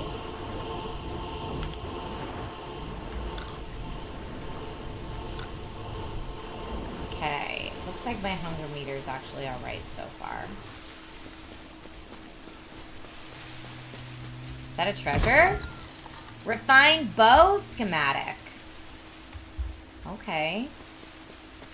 Well, yeah, I mean, I know it's nighttime. There's lots of palm leaves here to pick up. But I need to find enough wood or sticks or something so that I can make a little hatchet. Is that one? Yes, wood. I need to find more of that so that I can craft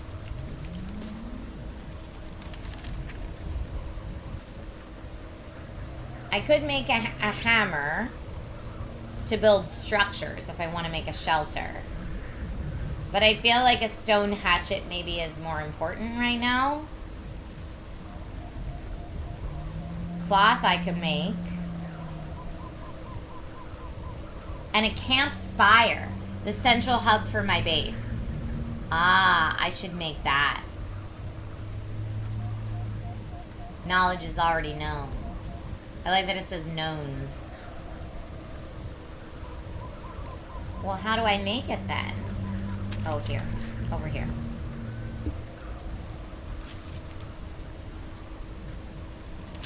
Let me make one of these.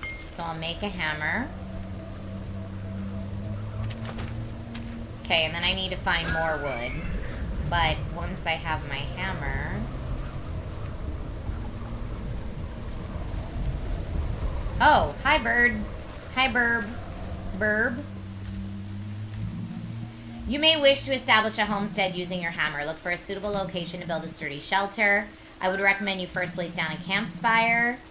This will unlock fast travel. I mean, can I make it up here? Because this whole place looks gorge. And it's right near the altar. Let's use my hammer.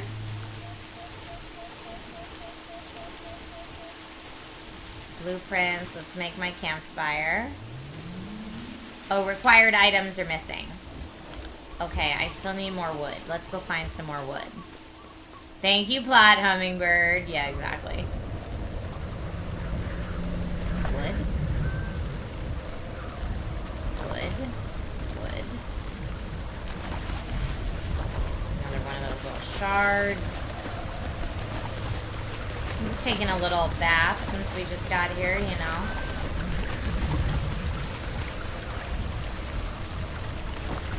Okay. Now, if I was playing in a world with other people, I probably would not want to build my campfire right here because it'd be like a little obvious, but...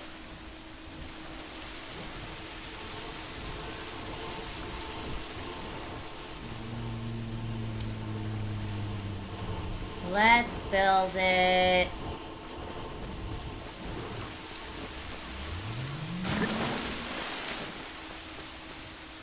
Like, could I build it up here? No. What's that little thing? Okay, I'm gonna build it right here. I've got my campfire. It's gonna be gorgeous. Yay! Now I need to build a fire pit. Says Burb. Okay, they need care. Each companion working at your base needs their own guardian bed, or their spirits will begin to wane. Tired or hungry guardians lose their drive, and their bond with you may suffer. You may also use the brush to lift their mood. So this is like keep your pets happy simulator. Okay, wow. So I guess now I need to craft. How do I craft that campfire? What is down here? It's like a big golf tee. What is that? I don't know, but I'm gonna pick up all this wood first because I think I'm low on that.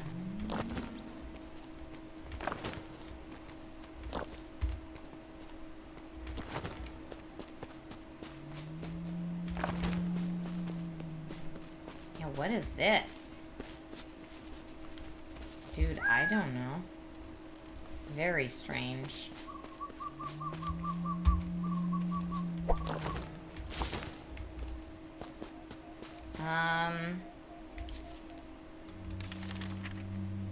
Now I could make the stone hatchet and the stone pickaxe.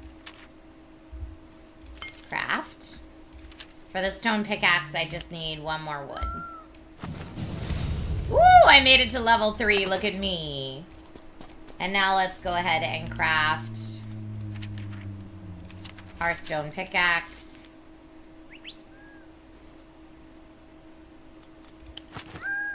And now I can do more knowledge. Basic decorations, basic furniture, storage barrel, torch would be good. Wooden construction add-ons and construction basics, torch. That's all good.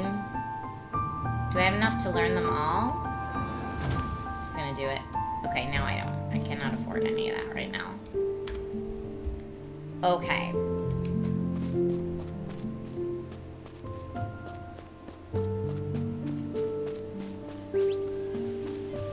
So how do I make the campfire they wanted me to make? It says build a fire pit and build a storage barrel.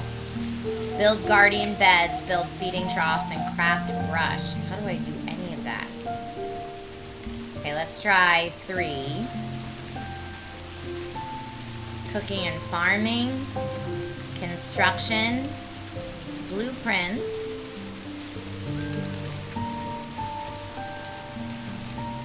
Hide inputs, import a blueprint. Oh, so is that like if other people create things? Probably. Construction. Wooden structure pieces. Cooking and farming. Here we go. Placing as a ghost. I need more wood, more stone, and flint.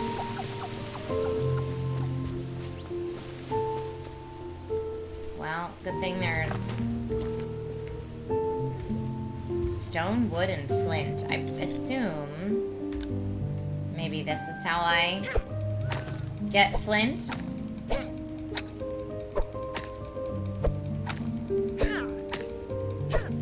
Definitely getting more stone. Maybe do I get flint from this?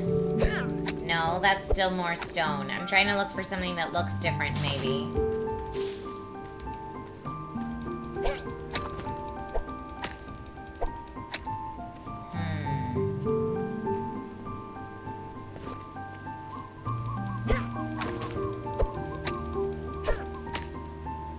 Alright, let's go to not my hammer.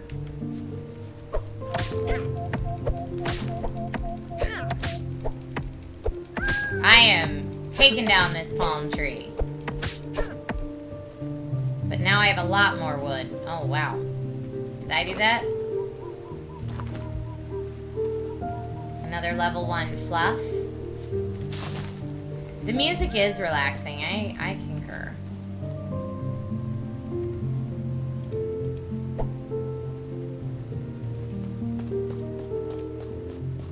Yeah, where am I gonna get the flint? Oh, catch a butterfly. I got some wing dust from the butterfly. Increase my stamina again. Thank you.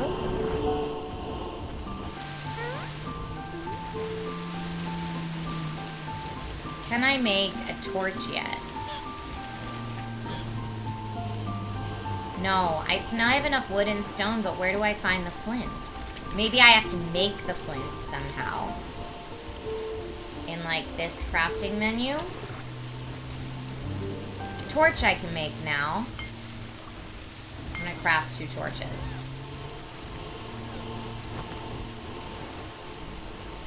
Maybe I can find flint.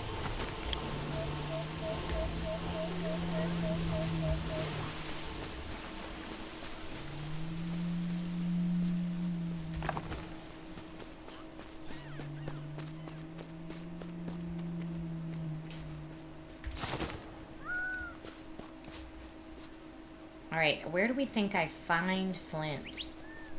People who play survival games very often. I would assume it would be by using the pickaxe on the right thing.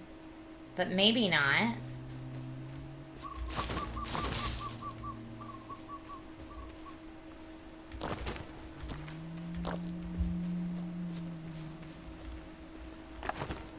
I do also need to sleep at some point, probably.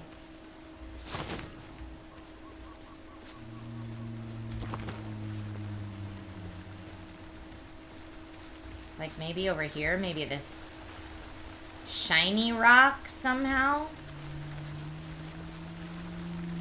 Let's try. No, nothing there. Nothing there.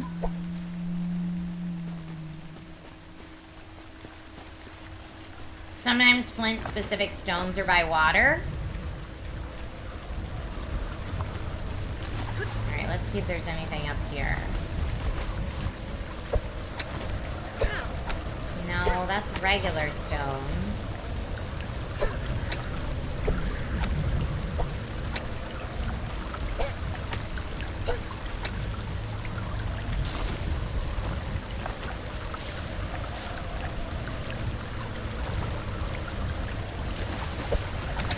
This almost looks like coral.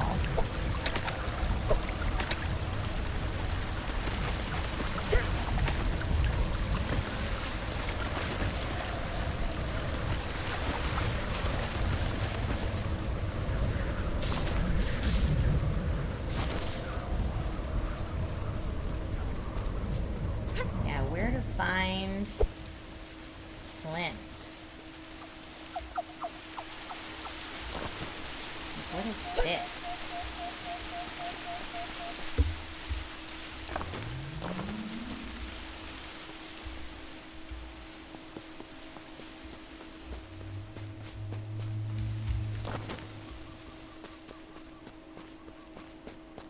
Like, we found funky stuff over here, but it might be easier during the daytime to actually, like, see? What is... Oh, this is another health thing, maybe.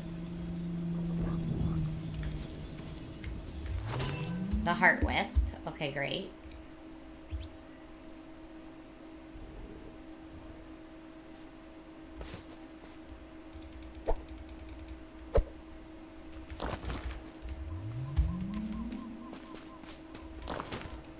But yeah, since we haven't, like, randomly stumbled across it yet.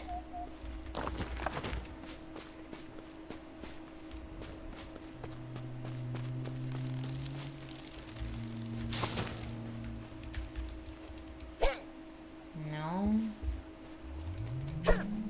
I'm trying to find, like, darker looking stone.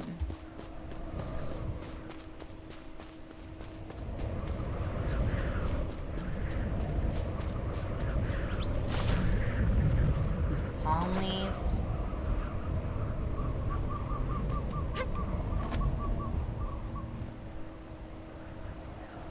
There's like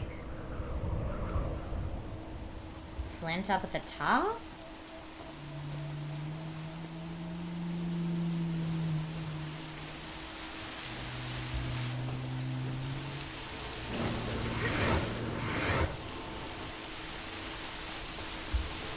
Because, yeah, my options to craft are, if I do it through...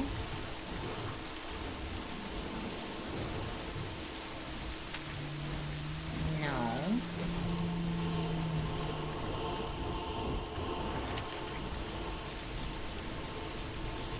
Like, these are all different structures.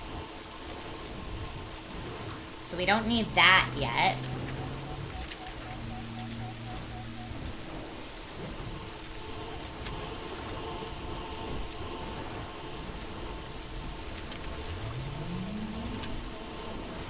Cooking and farming, that's the only one we have. And then my other way to craft right now, I guess until I can craft a workbench or something.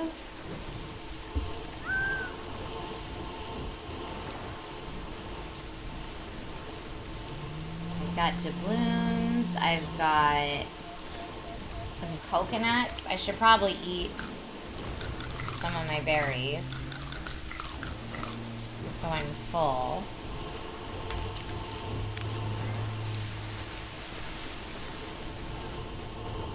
And we've got 0 minutes left, so I could never find flint, but I am going to save. And I'm going to save and exit, because we've got our extra 10-minute playthrough of this demo of Guardians of the Wild Sky, which y'all have declared a Gong Show winner today. All right, the next one I've got is... looks to be a different vibe. This is a 3D action survivors-like, this next one coming up. And it is so warm in this room right now, and I don't know why. So I'm also going to mess with my air conditioner. Ah! Oh, because my AC never turned on. That could be why it's so warm in here. Wild sauce. It is roasty toasty in this room right now. And the sweater. It's the sweater and that it's roasty toasty in this room right now. Flint is something you just get as you're mining stone, so we just needed to keep mining stone. We were just getting unlucky. Okay. Thank you for looking it up, though. Now we know if we play more of it on Gong Stravaganza. Are we getting lots of rain right now? Yeah. This whole week, I think, is supposed to be.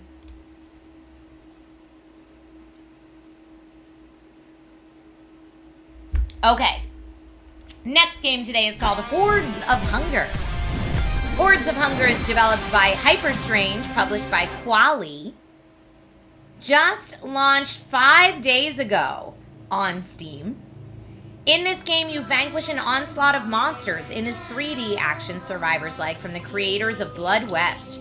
Take control of Mira to defend your homeland from a living hunger, wield powerful weapons and abilities, and save others from the advancing hordes. It is rated M for dark fantasy elements and blood and gore. Let's see what we can do. I'm going to start it right now. Multiple camera modes. Select your preferred mode, and you can always change it later. Okay. Auto provides a fixed camera. It's a work in progress feature. So manual, you do it yourself. Auto, it's up there.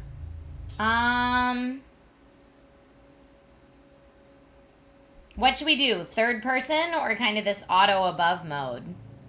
I don't know. Let's try it. Right. The Guardian.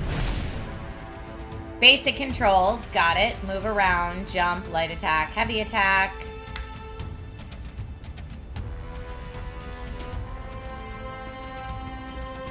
Oh, bad guy. I'm ready. Hold Q is a special attack.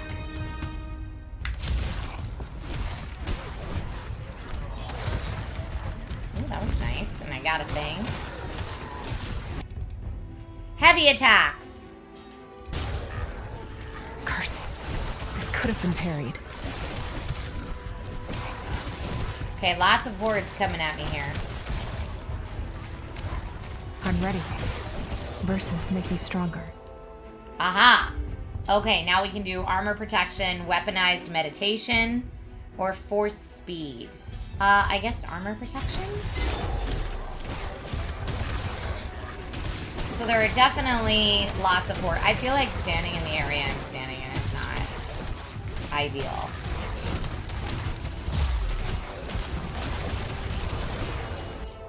Okay. A fire weapon or a lightning eye. Let's do lightning.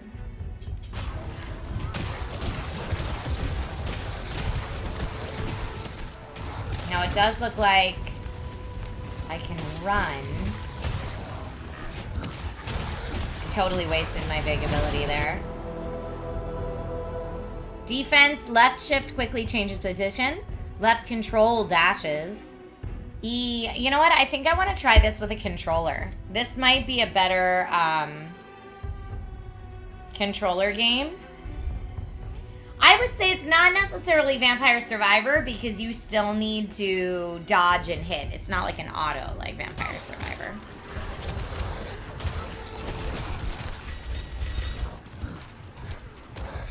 That's my jump. I need to Progress to reclaim the feet next from the area. judge. So that's my heavy attack. What's my light Bastard attack? hung it high up, out of reach. Okay, tenacity. So it is gamepad friendly. I need to find a way to bring it down. Okay. Now I'm supposed to go towards the question mark.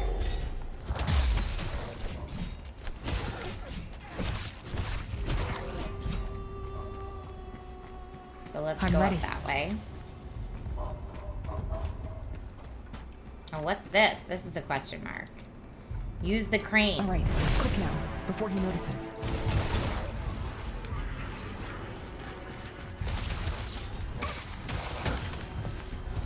Okay.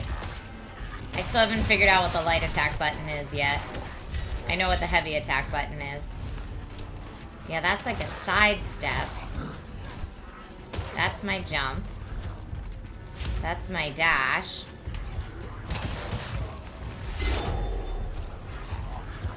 Here, let me see in the settings. Controls. Light attack, it says, is right bumper. Okay. There we go. I could have sworn I tried that, but you know what? That's alright. Totems of Pain, Fists of Heaven. Let's do Fists of Heaven. Every 20 meters conjures a totem, though. Every third totem creates a field. Oh. Totems of Pain is cool, too. Ready. Ah! I should have dodged that.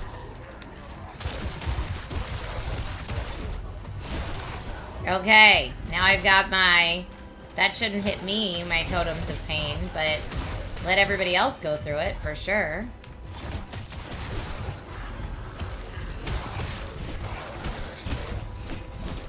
Okay, great. And I know I have that, so I can do... Oh, I couldn't aim it differently, though. I wanted to. Let's get all this. Pick up all this good looty loot, and then destroy this stuff.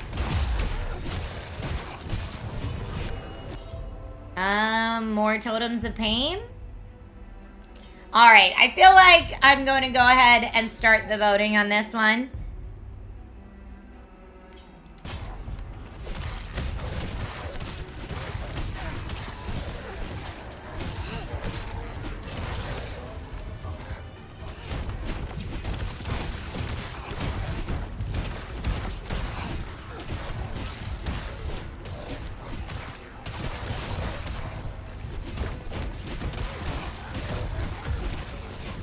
Just trying to get rid of this supply crane, really.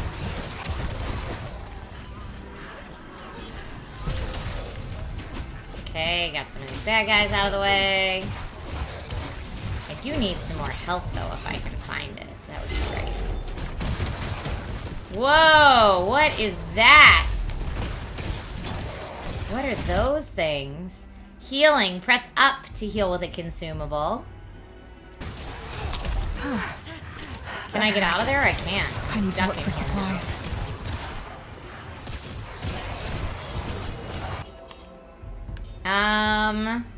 Max health by 1 with each level gained. I don't know, man. And I also see whatever my green ability is, maybe is something I can use. Okay, now I can get out of here.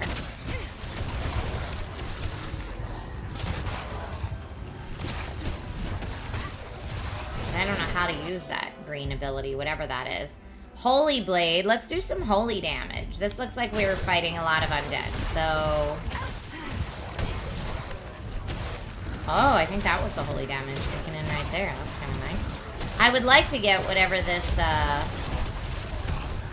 mean, is this loot that's on the ground? I don't even know. Heal. Heal, woman. Oh, this looks like maybe healing. Yes. Okay.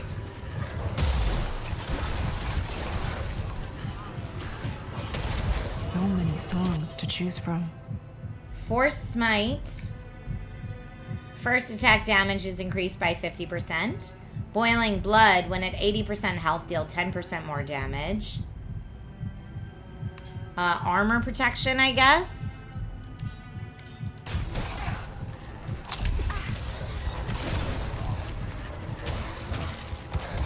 Okay, maybe I just shouldn't be running around in the same area. Maybe I should...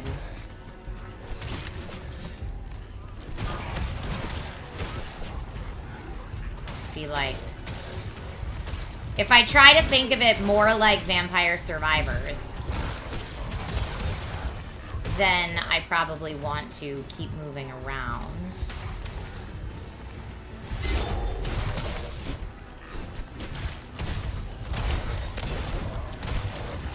Okay. Now.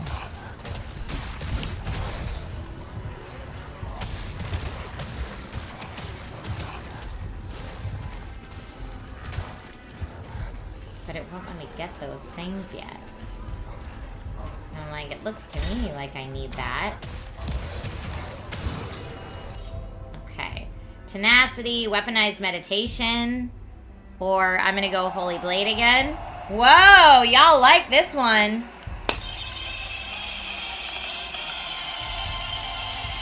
Hordes of Hunger gets a Gong Show win today.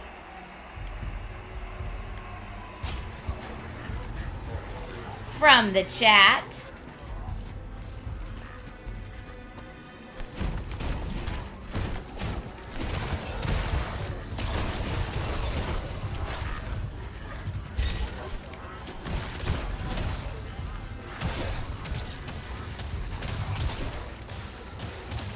Okay, give me a little more of this. A little more of that. Heal while I'm running. Try to get everybody back into my totems of pain. What was that Nice. song? Lightning Dash, Lightning Eye ×2. Let's do Totems of Pain again. That's been working out really well for me, I feel like.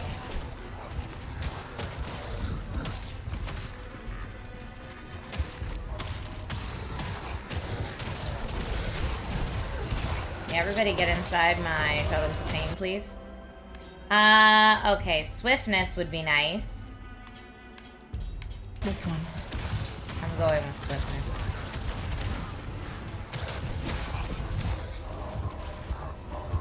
Again, into my... Okay, totems of pain is now gone.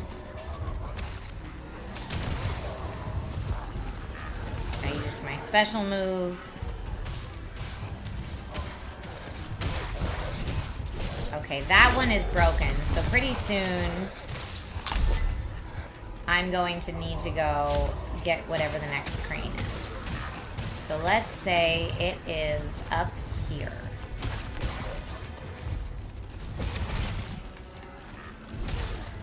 Here it is. So many songs to choose from. Zeal, increase my attack speed.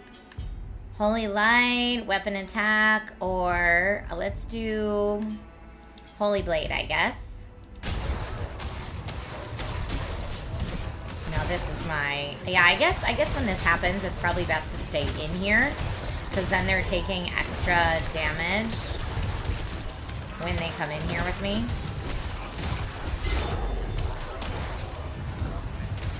Okay, that was pretty great.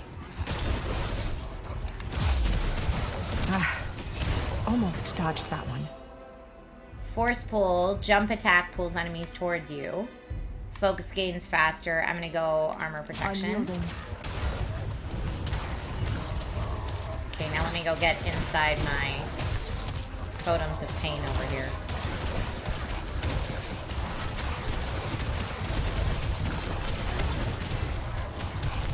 Because they get hurt inside my little fun zone, if you will. Fire Wave. Let's try Fire Wave. I haven't had any fire damage yet. Ooh. So now do I have that instead?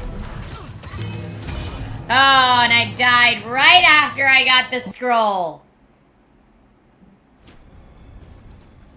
Alright, now let's see what happens. How was it out there? I reached further than the last time. Still not far enough, though. Don't worry. You will find the Guardian. We believe in you. He's not the only one. I know. You will find both of them. Father can give you permanent stat increases in exchange for feathers to aid in your quest. Get feathers by killing the Horde and completing area objectives. To progress the story, you have to kill the Guardian of each arena. The shrine inside the tree allows you to travel and fight through them. So, I see that I can travel. Do I have any feathers, though? Yeah, here. Father, is it possible that there are people still out there, you know, in their right mind, not affected by the beast curse? It is possible, yes. Why? I'm just wondering, what should I do if I were to meet someone out there? After all, my main goal is to hunt down the beast's guardian. I'm not sure if I should distract myself with anything else. Every soul is worth saving, particularly in the wake of recent events. Yet it falls upon you to decide whether to undertake this endeavor. These are times of trials, Myra. Times of challenges and revelations. You must face them alone and confront the consequences on your own. Come, let me tell you a story. Okay. So, I have 29 feathers. I can get some stuff. Increase area of effect radius. Dash recovery. Elemental damage. Experience boost. I should do that.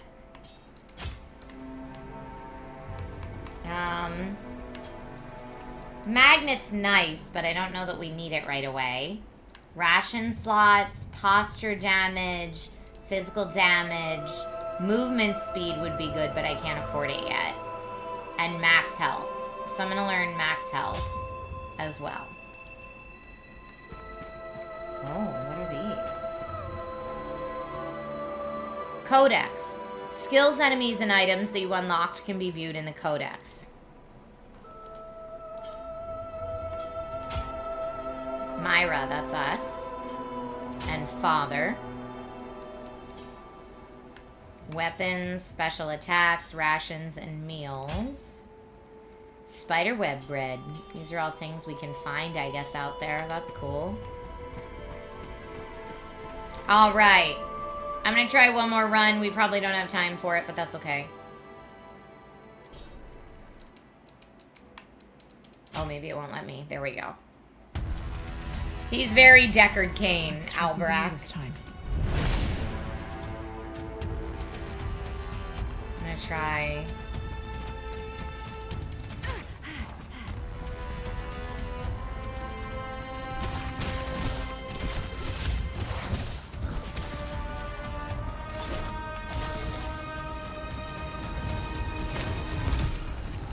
I probably would, if I was going to continue playing this a lot, I would probably want to reprogram the buttons.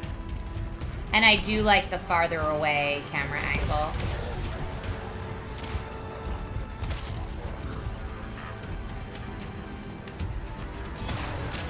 That was not the way I wanted that to go.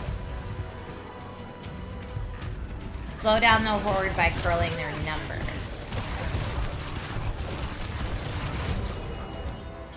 Okay.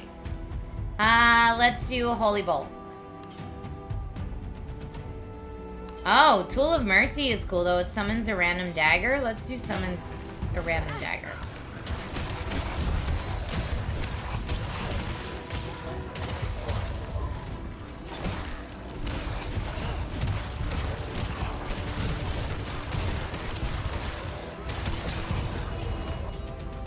Okay, Tool of Mercy level 2. I'm just gonna upgrade whatever we choose to get.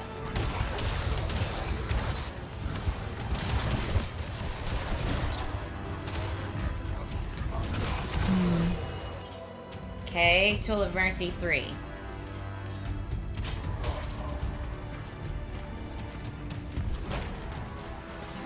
So I think what those are is consumables. Perfect defense obtained, so we got a scroll. That's cool. I don't know what we do with it, but... I need to reclaim the food from the judge. The bastard hung it high up, out of reach. I need to find a way to bring it down.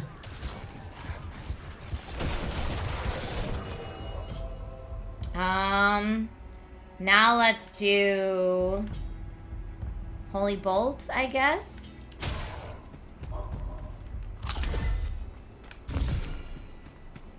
Okay, we're following... Oh, now we have to destroy the crane again. All right, quick now, before he notices.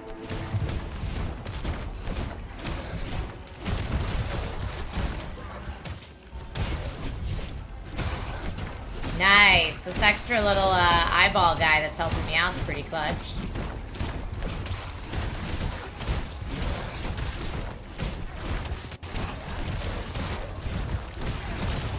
Okay. Got out of the middle of that, which I think you need to do. Holy Bolt level 2!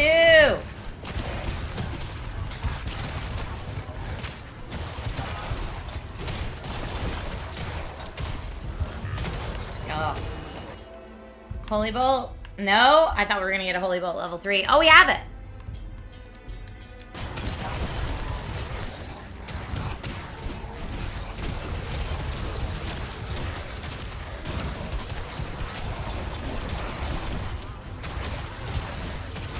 Okay, the crane's destroyed. So we have to destroy all 3 cranes. Now we can get Lightning Eye, Fissure. Create a fissure of fire under an enemy. That's kind of nice too. 1 fire damage to enemies. Oh, I like the aura. I like the area of effect stuff. Ooh, that's going to be really nice. Okay, I'm putting my Vampire Survivors knowledge to good use here. I don't know why I'm going in this building, but I did.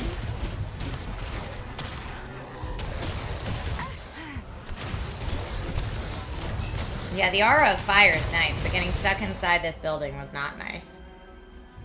Let's do that again.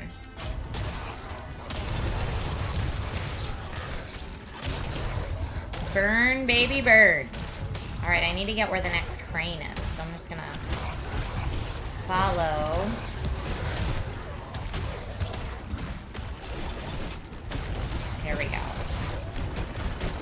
could have been avoided. I like how her dialogue is just trash talking the player for not dodging enough. Like, how dare you not?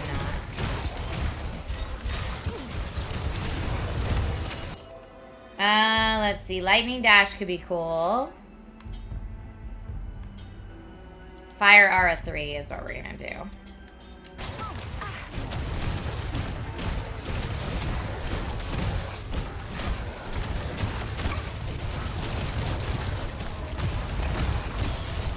Okay, got the second one. We need to get one more. What's that verse about? Armor Bash, Lightning. Let's do Lightning Dash.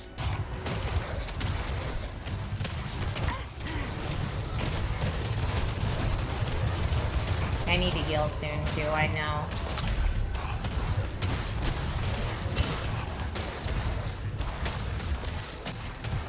Okay, going back, it looks like the last part of the crane is over here. Yes.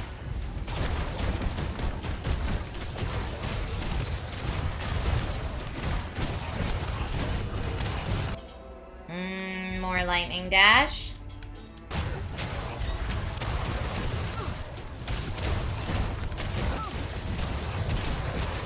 I mean, this is definitely wreaking more havoc than my last run, this build. Oh, got it. Now I need to find a way to transport it.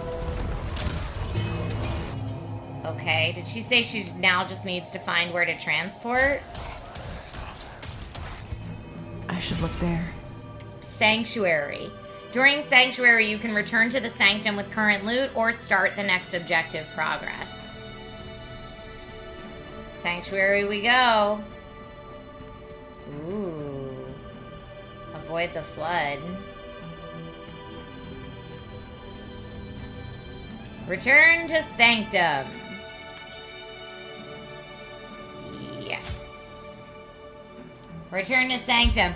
Folks, that was our extra 10-minute playthrough of Hordes of Hunger. A Gong Show winner today. It's 20% off on Steam right now, by the way, for anyone who wants to check it out. Okay.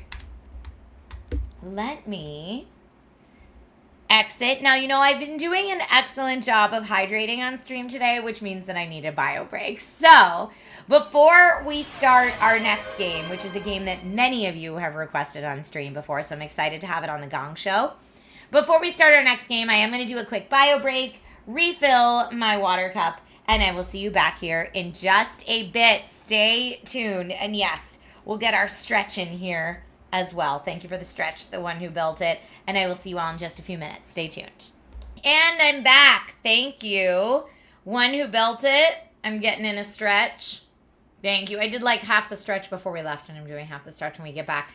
I can't stretch my arms up in this shirt, unfortunately, because it's a bit too much of a crop for that. So I walked up and down the steps and did a bio break and refilled my water, so that was my stretch today. Welcome back, everybody. We are 1, 2, 3, 4 games into our Gong Show, so we are a little over halfway through things. Yirtle's laughing at me with my crop. No need to violate Twitch terms of service. No, no, no. The sweater is super cozy, though. It's very, very comfy and soft, which I really like. Okay, let me get our next game ready to go here.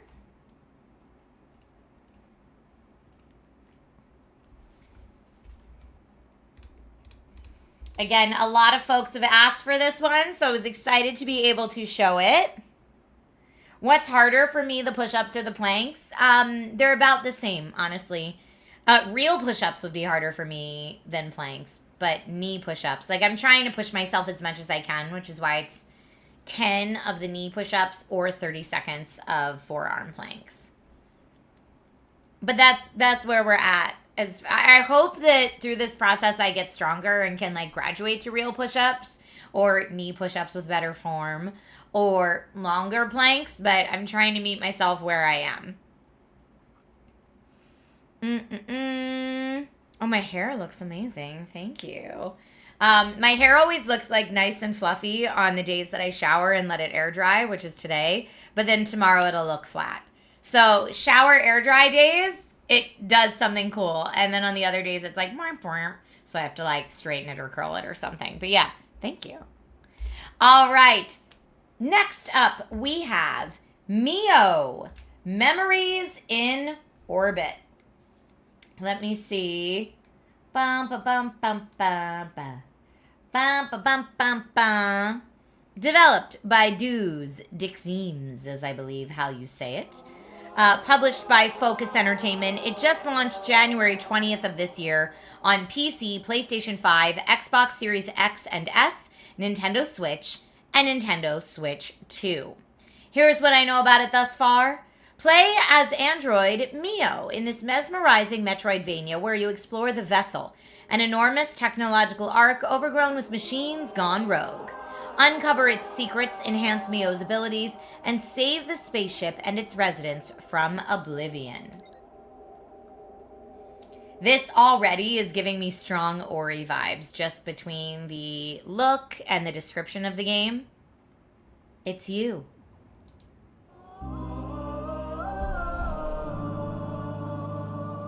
I've seen you, I think, in my dreams.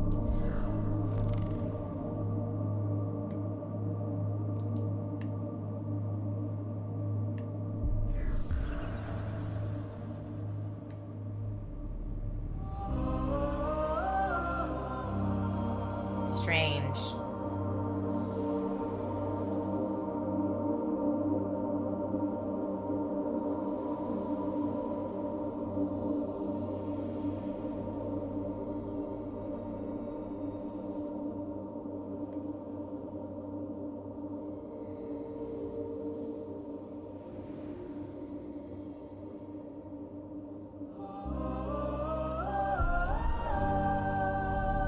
I don't think I'm controlling it right now. I think it's just doing its thing.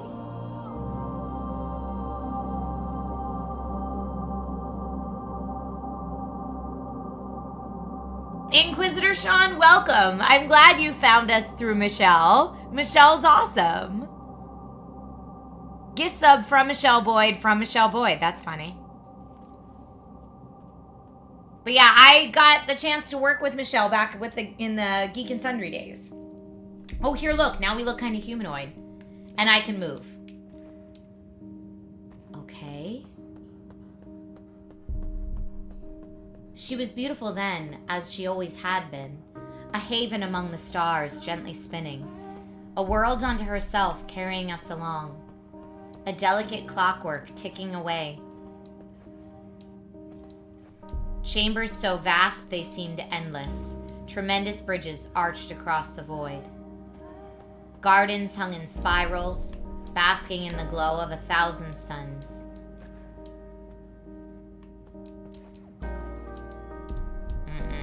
No. Okay, how do I get past this? Maybe a jump dash?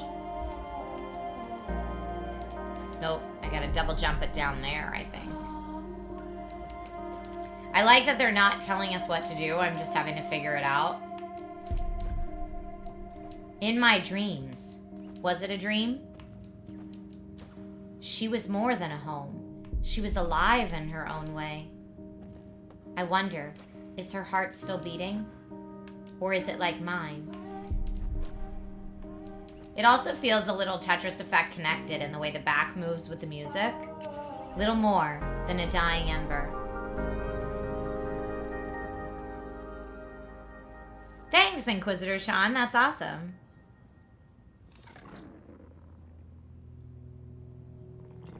So maybe we were like running through the electrical line at first.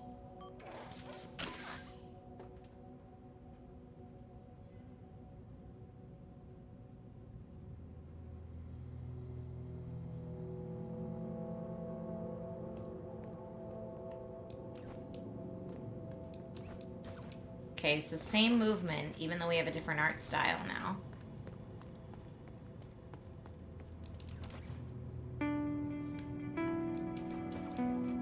I can't move, like, downstage on the screen. Junk pile. Droplets can be salvaged from this. Okay, so let's see. Oh, hit it. I kind of like whip it with my hair, it looks like.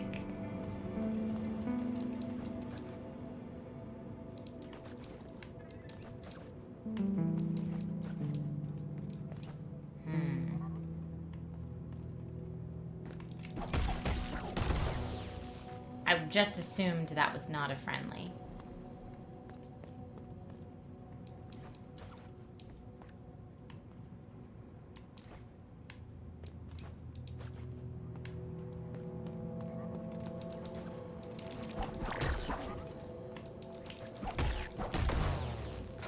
Okay. Yikes. Can we go any further here? We can, but before we do that, I think there might be some benefit to exploring. Maybe not. Yes? Oh, they get you.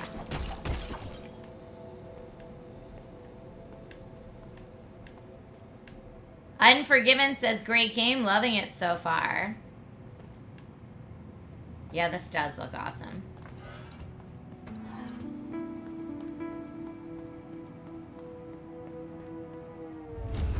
Uh-oh.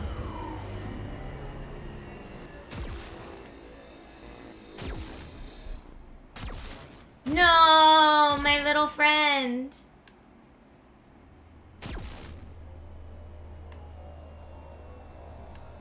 What does that mean?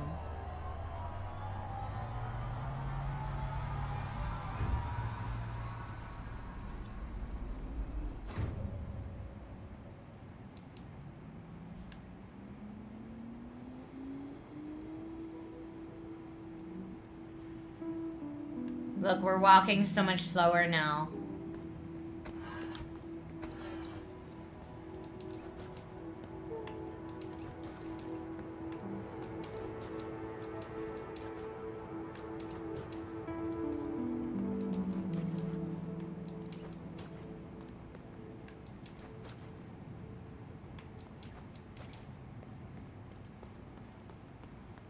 Now we're back up to speed, but I guess we took a pretty hard hit there.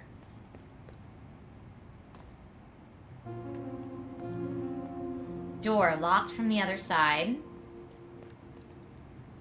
Attune at the Nexus.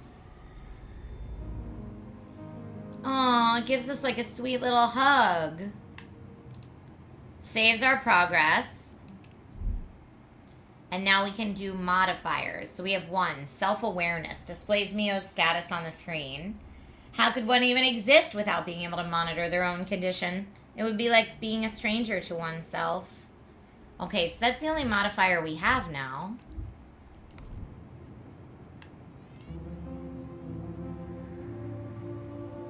But at least it saved our progress. All right, I'm going to start the voting on this one.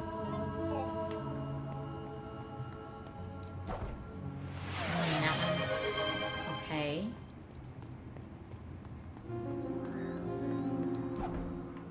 So if that's locked from the other side...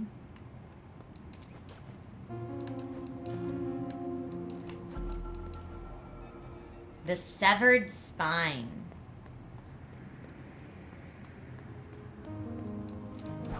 Locked from the other side. That was a very quick victory.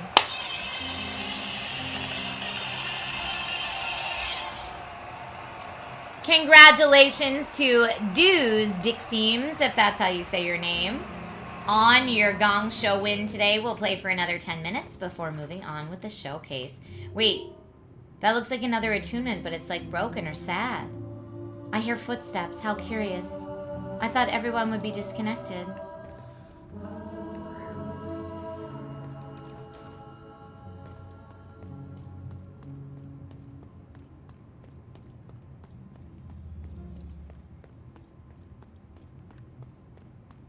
Elevator, operate. Okay. Oh, we got smushed. Whoops. I didn't know it was gonna come down. Okay, we can go to the spine or the apartments. I guess we're in the workshop now. Let's go up to the spine.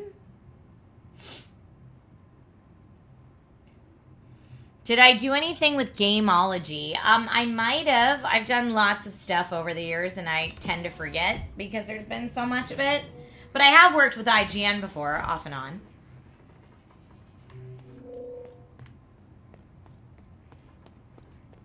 Okay, so red means locked. Oh, but it talked. Anyone? I could use a little help here. I mean, I would love to help you, but it seems locked from the other side.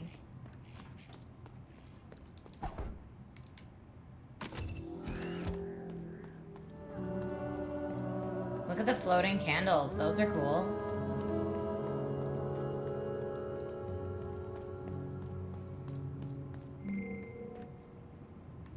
Thank you. Thank you, Inquisitor. I appreciate that.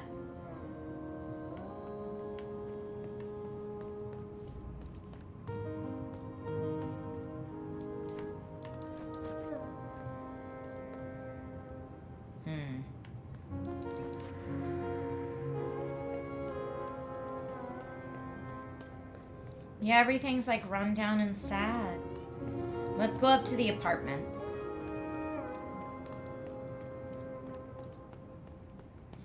Catnip says, what's the vent to the left?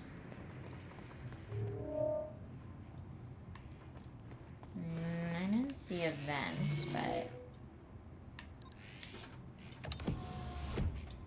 we're gonna go to the apartments and see if there's anything there.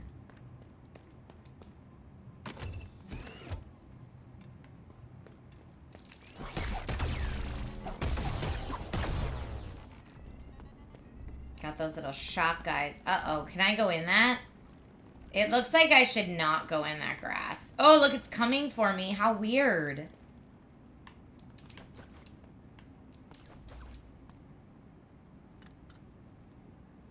That guy looks like a bad guy, too. Oh!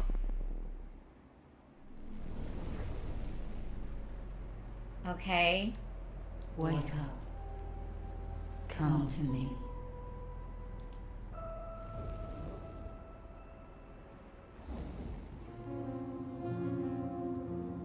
Okay.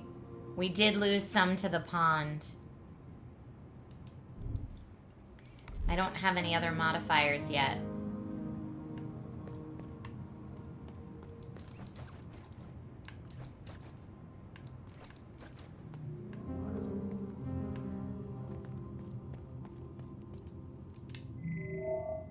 You might have a hard time believing me, but this place used to be magnificent. This pond, the one we're standing in, used to power everything around here. It was the source upon which the whole network drew. Regrettably, it has been dry for what feels like an eternity. As long as it stays dry, I will remain blind. As long as I'm blind, so are you. Oh. I can't offer anything because I don't have any. Because I dropped it all when I died. The vent to the left of the elevator on the bottom floor. Okay, let me see what I can find. Over here. Good call. Thank the pearls. You survived the tremor too. Come over here. I need your help. A strange tube. That last tremor was nasty. I was really afraid I'd be the last one standing. Glad to see I was wrong. Anyway, as I said, I need your help. My friend Tomo's been missing, and, well, after what just happened, I'm worried sick about them. Would you mind taking a look around with me? I do it myself, but most of the pipes I used to travel around are sealed. I need someone to open them from the outside. The best spot to start looking is right below us. You might have taken a detour or two to reach it, but it shouldn't be too far away. Be careful on your way. I'd hate to be looking for 2 missing units instead of 1.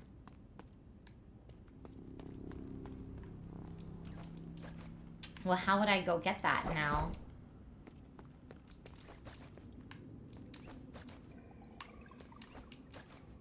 But he said below, so...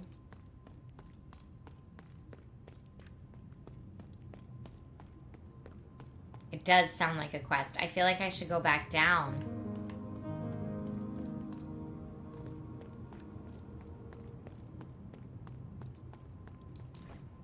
This world is just so, like, haunting.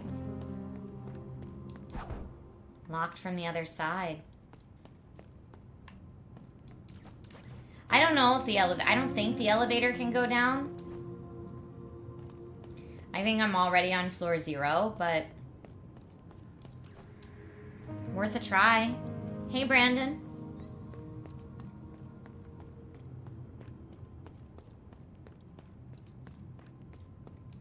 I'm not going to stand under the elevator this time.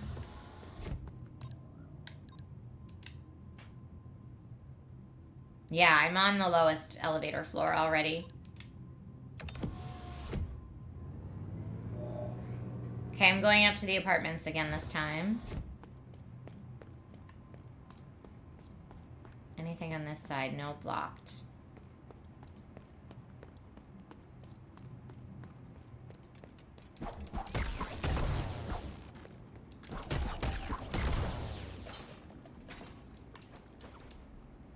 Now, I don't know if there's anything I can do up here.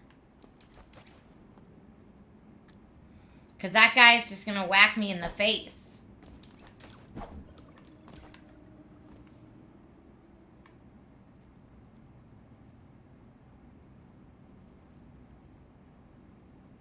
What if I... Can I, like, tease him to come out, maybe?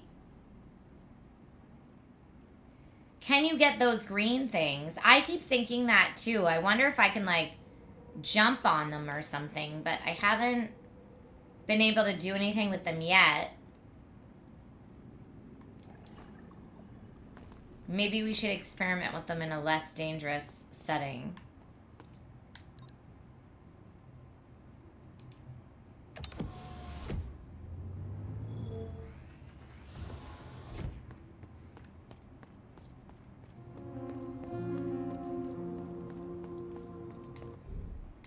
I don't see. Do we have a map? Not connected to the spine.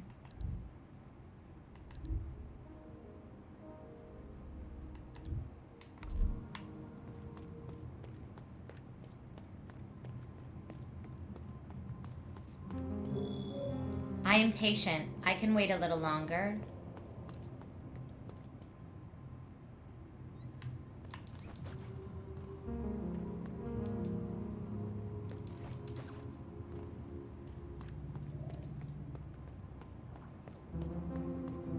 All right. I'm going to go back down to the first workshop level and see if we can figure out what to do with those green things.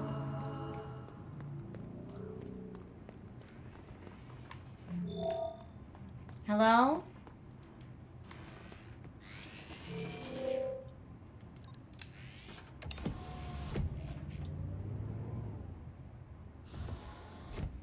It also looks like there's something up there.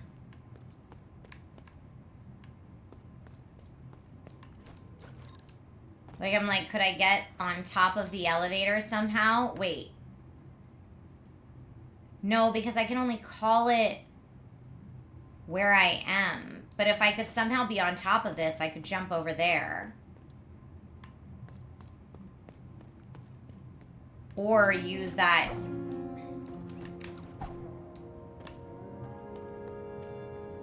Yeah, I don't know how to use that yet.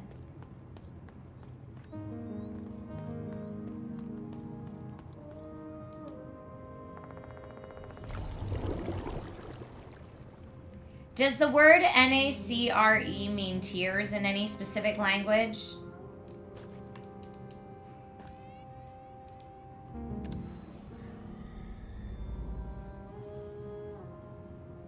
Maybe a rope swing I don't have access to yet. That's a good call.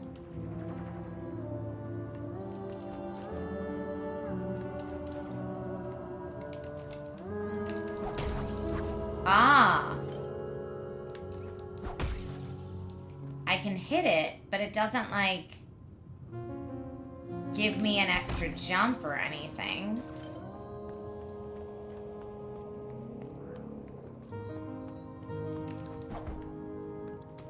Let me see. In controls. Striders, hairpin, dodge, sail, attack, and jump. Let's just try them all. Striders. So I don't have striders yet, whatever that is.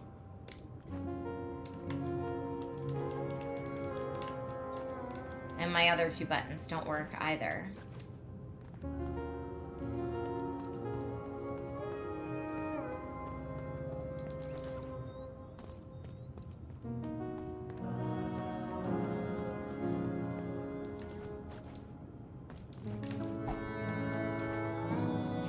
Get that yet. I wonder if I could make it take me up one.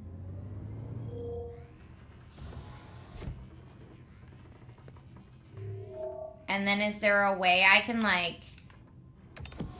Oh, I was trying to like press it and then run out of the elevator real quick. But it doesn't appear that I can.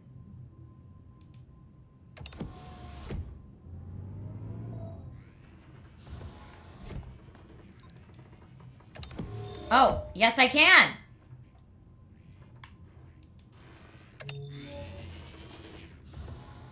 Okay, so now I need to get it to go down and then press the button from out here.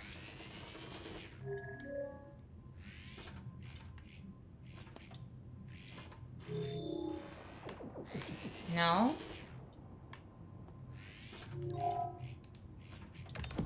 Nope, it did let me out that time.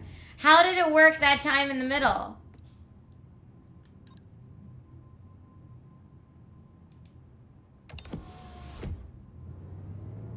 It let me do it from outside the elevator, which is what I need to do.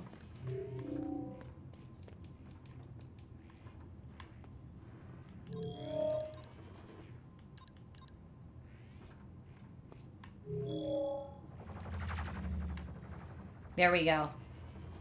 No?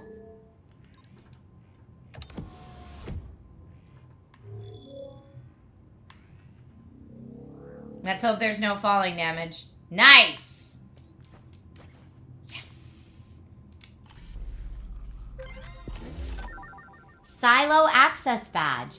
Grants access to the silo maintenance passage under the Haven. For workers only. Do not lose your badge. It won't be reprinted.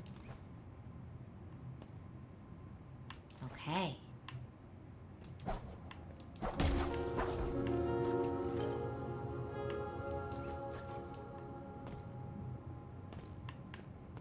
Now, where did we need that for the access badge? Was that what was in here?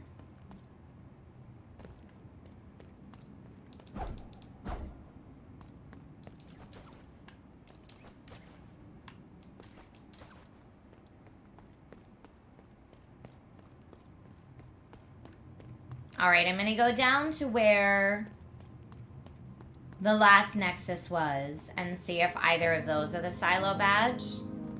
But I do love the, like, very calming nature of this and the fact that, like, yes, I'm running past the same part over and over and over again trying to solve puzzles, but it's a nice world to go through, you know? Yes, that's what we needed. Okay, I'm gonna save it here, though.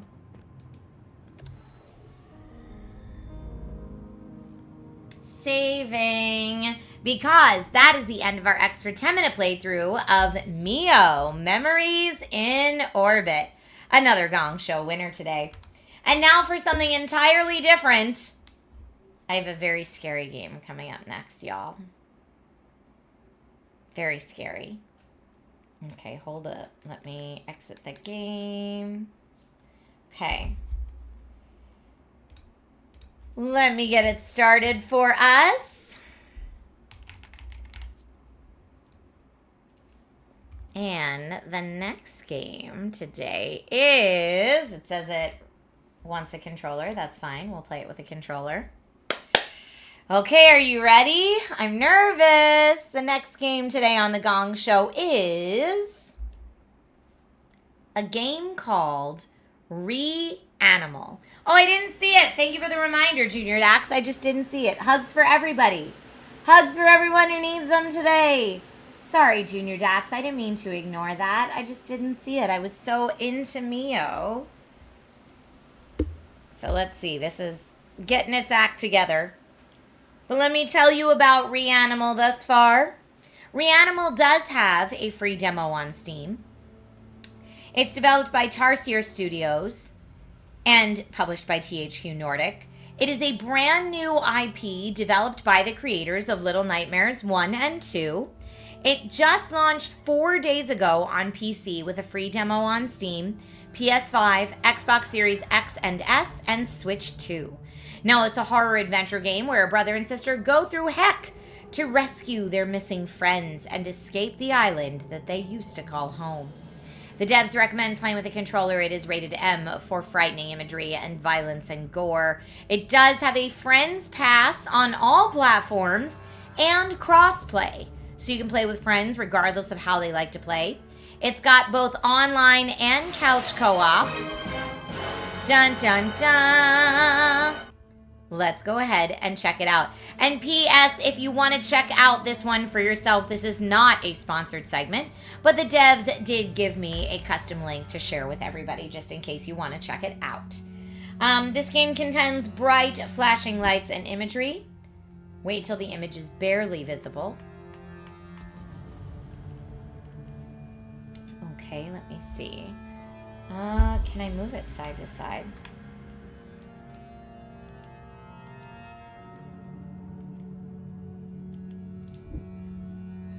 We would love to have your help on improving the game. That's fine. I am going to play single player. New game.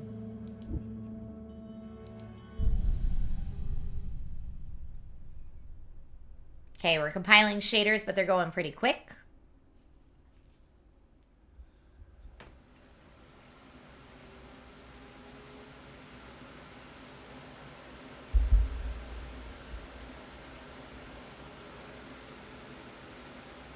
Here we go.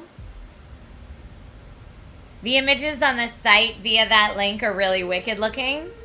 I'm expecting some really creepy imagery in this one, yeah. Oh boy.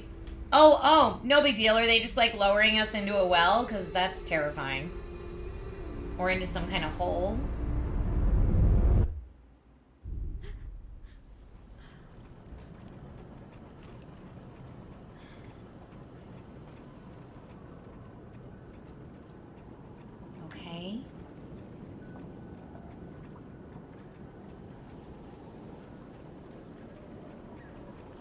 Right trigger to drive the boat.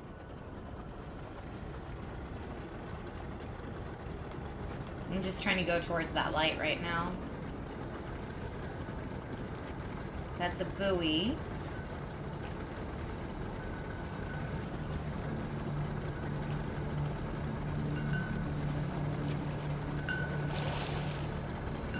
Go towards the next one, I guess.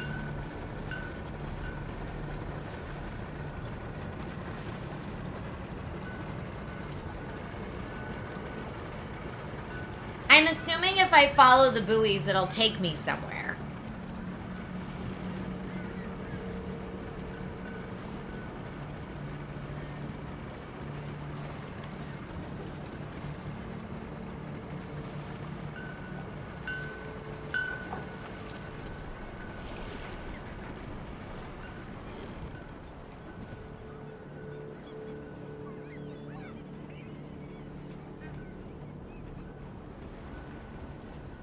Okay.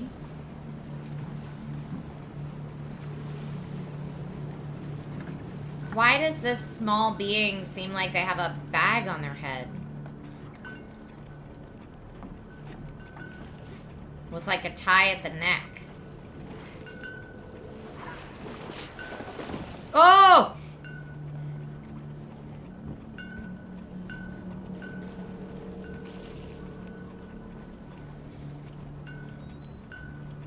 Are they okay?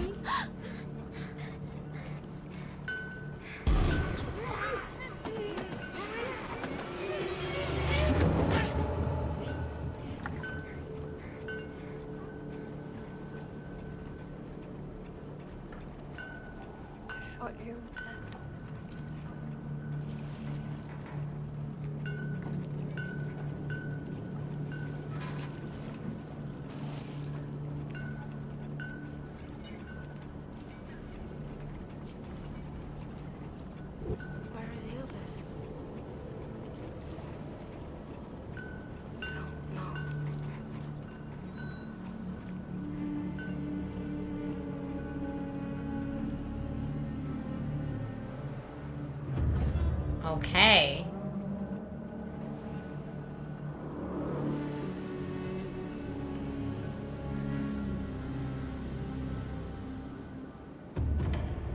So I'm assuming this is the brother and sister from the description.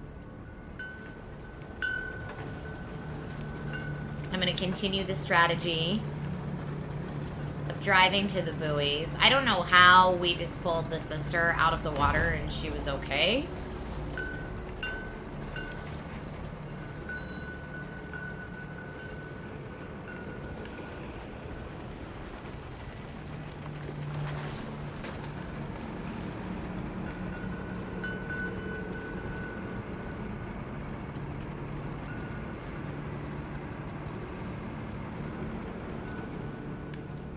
Okay, so I can look around with the sister's light, too.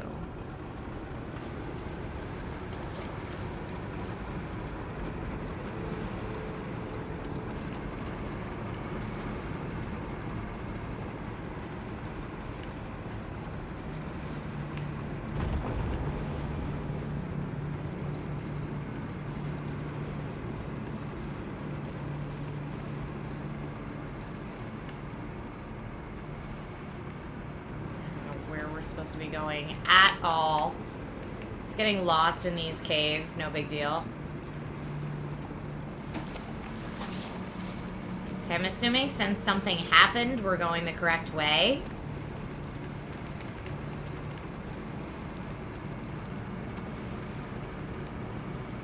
Oh, a bomb? What? Okay, don't touch that.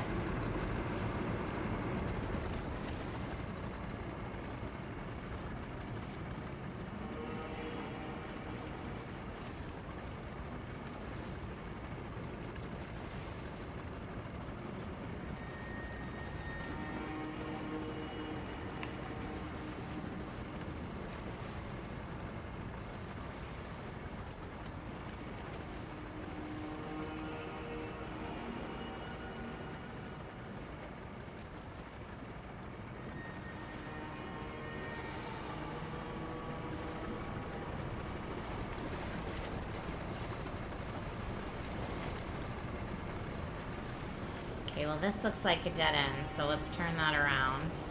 Unless that's something we can pick up.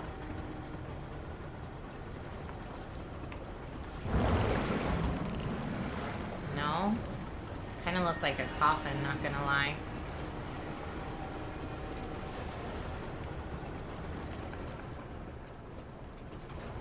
I guess we need to drive up onto that shore, maybe.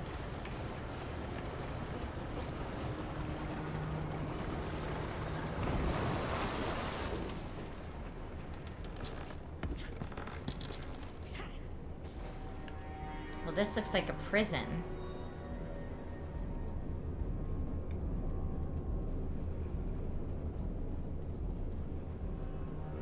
Is there anything in these suitcases? Press Y to interact. No? Come on, there has to be something in one of these.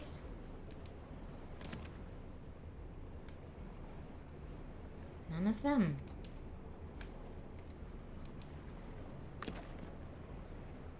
Oh, there's something.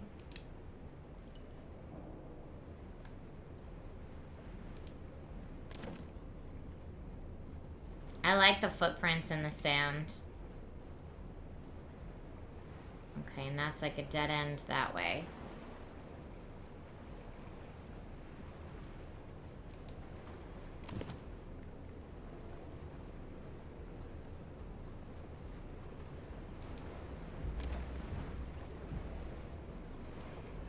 Okay.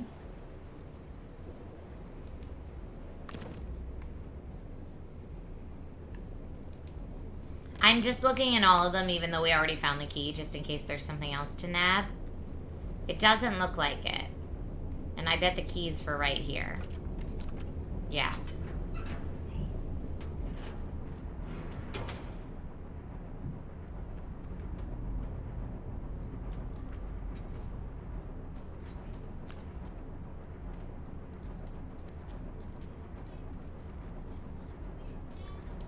I wonder if this would be good to get the husbando to play with me. Very scary, though.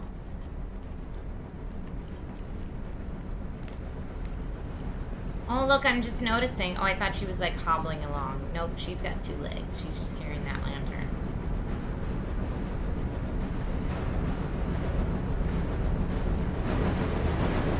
Whoa.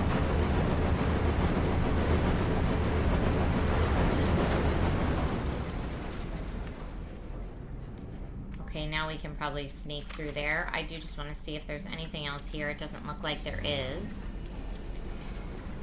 Oh, nope.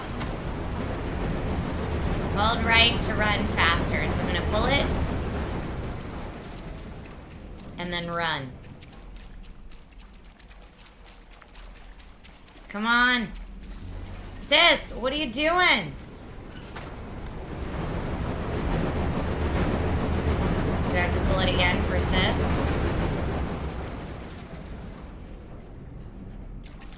Okay, you're through. And then we probably both need to be here to pull this. Yep.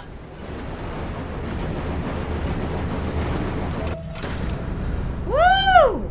Alright, I'm gonna get the voting started on this one. Right bumper to equip your light source.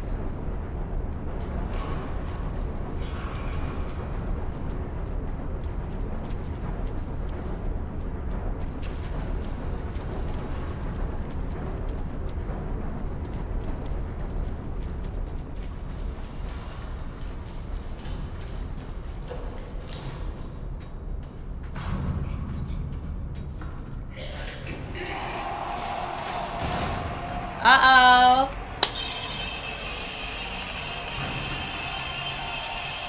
A very fast Gong Show win today for REANIMAL. Available now with a free demo on Steam if you want to check it out. Another very quick one. Again, if you want to check it out via the link that was provided to me, it's not a sponsored segment, but you're welcome to do it via that link. I was saying, uh-oh, because when we first came up the stairs, it looked like there was a bad guy over here. I could have sworn I saw legs or something. But now I don't see it. Maybe it was just a shadow that I got scared of.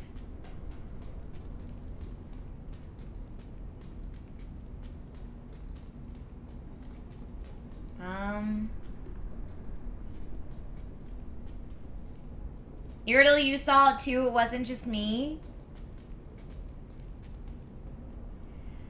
Okay, I'm gonna say maybe we need to help each other up over here on the side.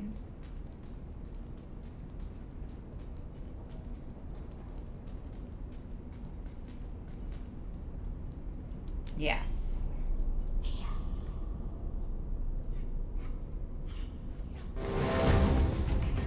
Oh, we're getting a raid from Felicia.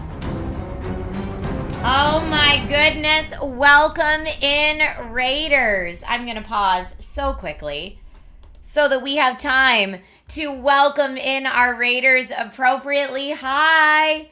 Hi, Felicia. I hope you're doing so well, my friend. Here's some party balloons for your community. Welcome, everybody. Hi, what a huge raid. Thank you. Folks, my name's Trisha Hershberger. I normally get to talk on camera for a living about tech, video games, tabletop games, fantasy, sci-fi. This community is self-named the Dragon Riders, and you are welcome here anytime. On the days I'm not on set filming, you'll find me here on Twitch. Similar to my good buddy Felicia. I feel like Felicia is always working and up to something super cool. How's the Comic-Con cruise? By the way, how's that graphic novel going? I love it. How's the Guild the Musical? Felicia's always up to such cool stuff. But when Felicia is available to stream, she often does. And so, War Drum says, my worlds are colliding. Felicia was playing Mugenics. She voices a cat in there. I don't even know Mugenics. I have to add it to my to-play list. Meow, says the Cat Raiders. I love it. Cat Raiders, welcome here anytime. Once a week on Tuesdays, I like to do an indie game showcase, so it sounds like Mugenics might be perfect for that. Maybe. And that's what I'm doing today. I'm doing my indie game showcase. So if you like to find fun new indie games, if you're not too tired after Felicia's stream, Felicia thank you so much for the raid. Thank you for bringing your community here. If you have to raid and run, please go take care of yourself. And if you're just coming in from Felicia's raid and you need a break, that is A-okay. Feel free to drop a follow, go about your day, and tune in some other time when you have more energy to do so. However, if you're still ready to keep the party rocking, my community is honored to host you. Thank you for being here. We're currently playing a game called REANIMAL, which is from the makers of Little Nightmares 1 and 2. So you'll see like a lot of similarities kind of in the look and the feel. It is rated M for mature, so if you're just coming from a wholesome stream, I don't want you to feel too much like genre whiplash there. It's rated M for mature. So far, it's very atmospherically creepy. I'm told there's some gore as we get further into it. But again, it is a brand new IP from Tarsier Studios, which are the creators of Little Nightmare 1 and 2. So feel free to stay a while and check it out with me. I love this stay positive, Evil McNeevil. That's so lovely. But yeah, what we do is chat gets to vote using emotes, whether they want me to keep playing a game or they want me to ring this gong and move on to the next game. Chat just declared REANIMAL a win, so we're going to play it for another 5 to 10 minutes before we move on to the next game of the showcase. So please feel free to stick around. Again, it's a little creepy, though.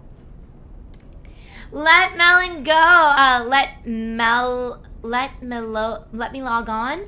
Let me log on 3. Sorry, it took me a second there. You were in the audience for the musical. It went very well and looked like all the cast were having fun. That's amazing. Yay.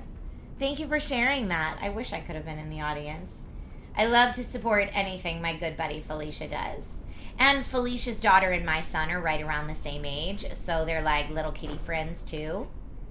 And Felicia and I got to be prego friends back in the day, which is really nice to have someone else to kind of commiserate with as you go through that. So Felicia will forever be that special friend for me because she's amazing. And also just one of the kindest, smartest, funniest people in the universe. And I'm not just blowing smoke, that's true. All right, let's see if we can get in this door. Oh, we can. I feel like I should have explored the other side a little bit more, but that's okay. Hi, the depth and breadth of Seth. How are you? Good to see you. Okay, it looks like we can maybe go through here. Maybe not. Oh, maybe I need to switch buddies. Okay, let's see. How do we think I switch buddies? Maybe only one of them can fit through, right?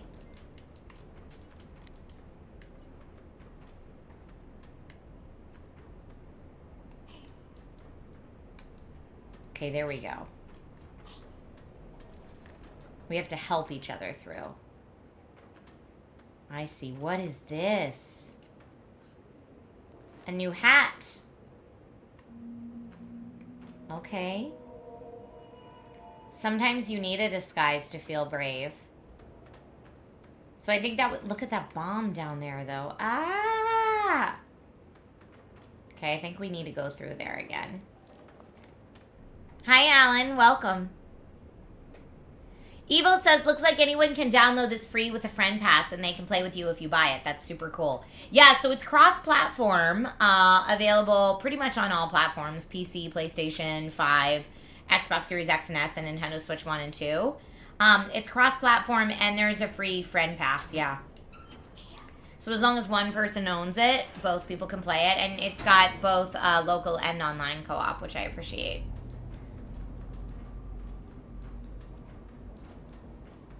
Okay, so we just went over there to get that cool mask. Oh boy, what's this? Another friend? I knew you would. You came back, I knew you would. I'm gonna turn it up. You should leave. While you still can.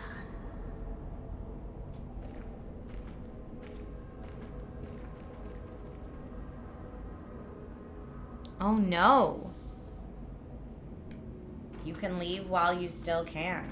Or you should leave. That's not good.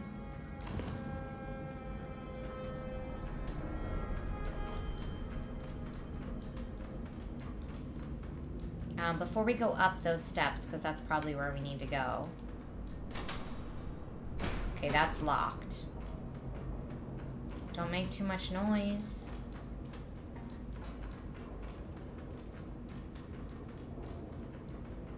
What about this door?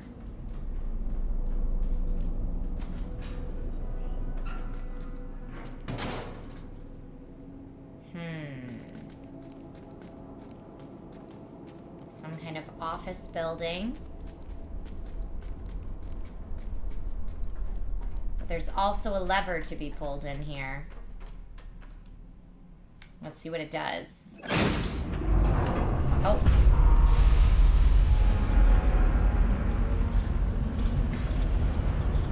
Oh, look, it's turning out there.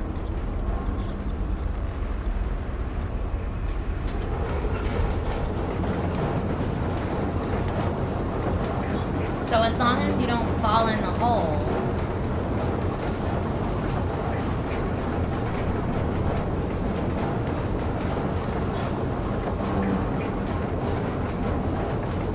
Let's see.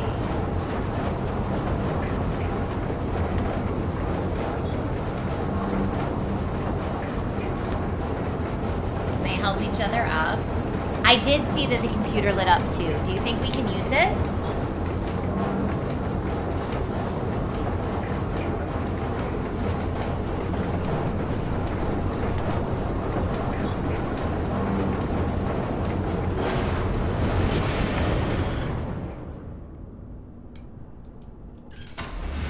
Oh. Nope.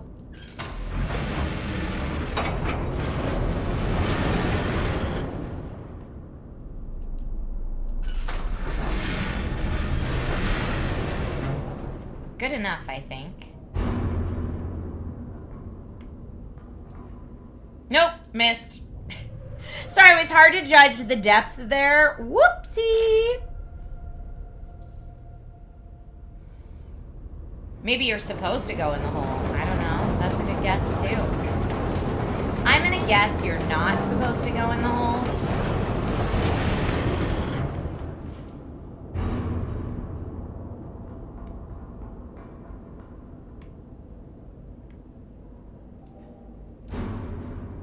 Yeah, I thought it was like back here and over, but maybe it's not. I can't change the camera angle.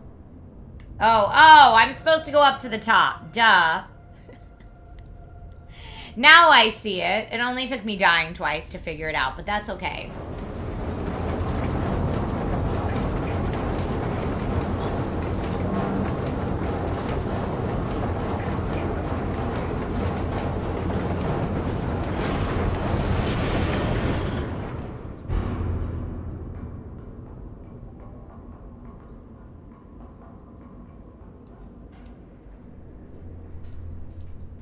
Here we go.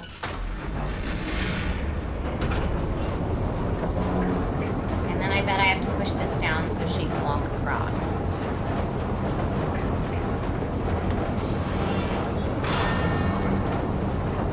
No fear on that child. She went right for it.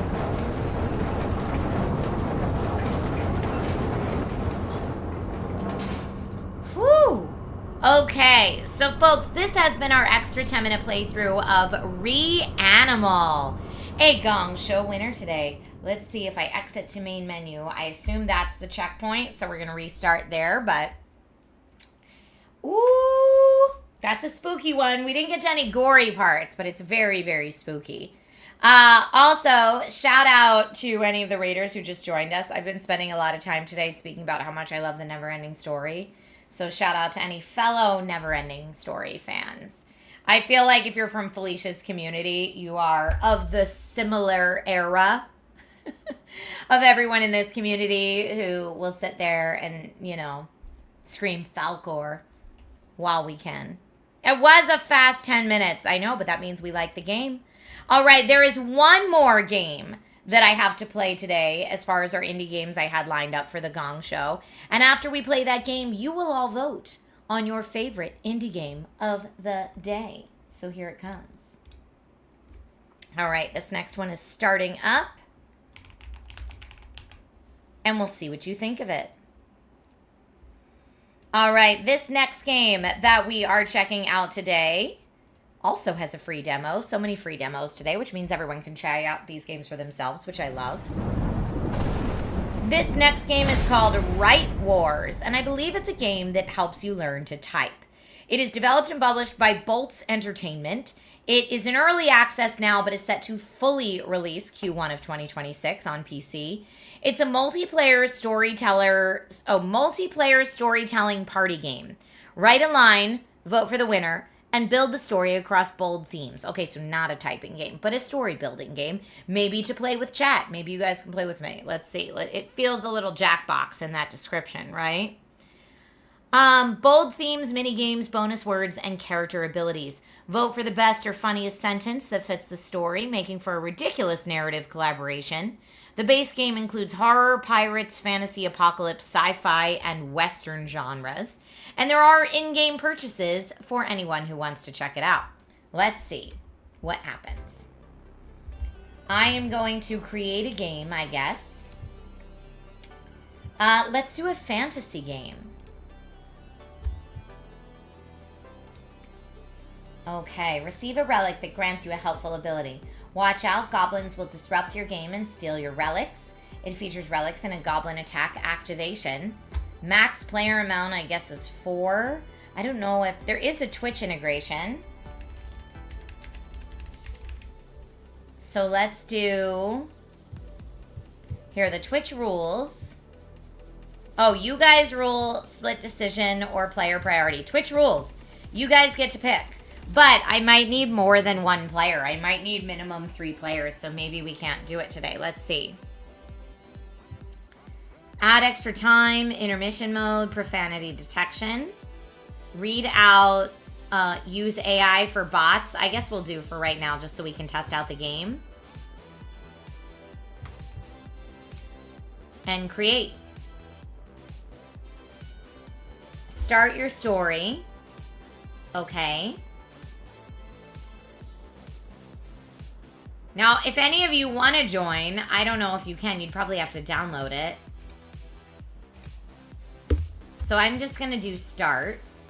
It's best enjoyed with 3 to 6 human players. You're about to enter a game with bots. Do you want to continue? Yes, just for today.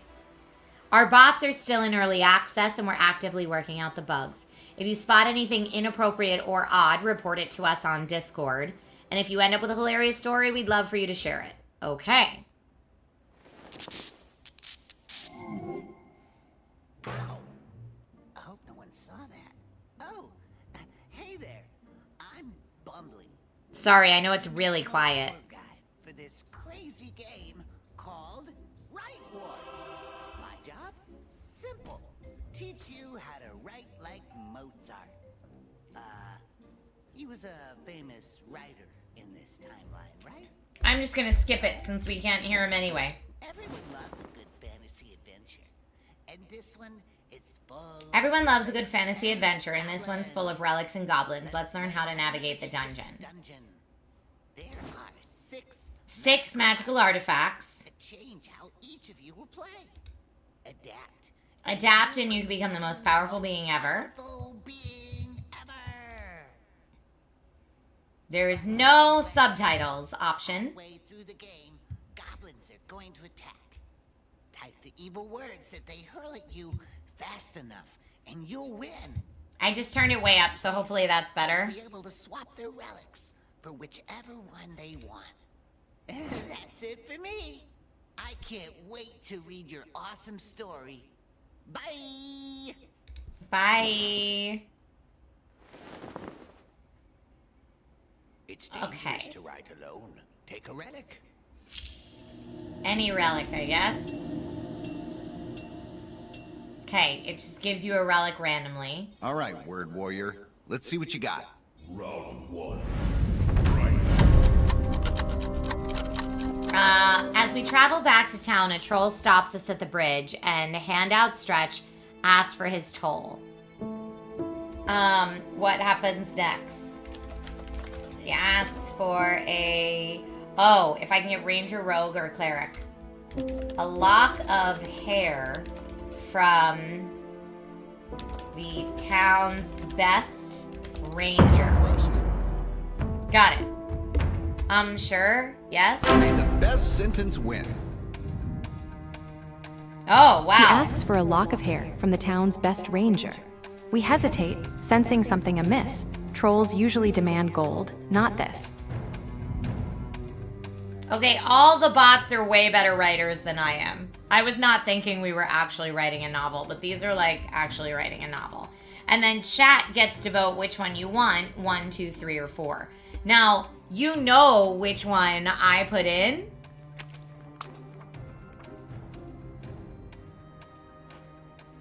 So I feel like this is not the best use case for it, but...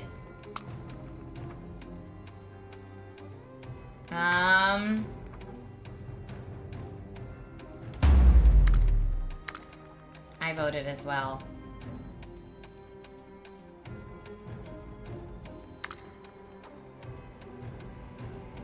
Okay. 25 seconds left, but I'm gonna end it just so we can see more. Getting the last votes from Twitch. You all voted for mine. You didn't need to do that.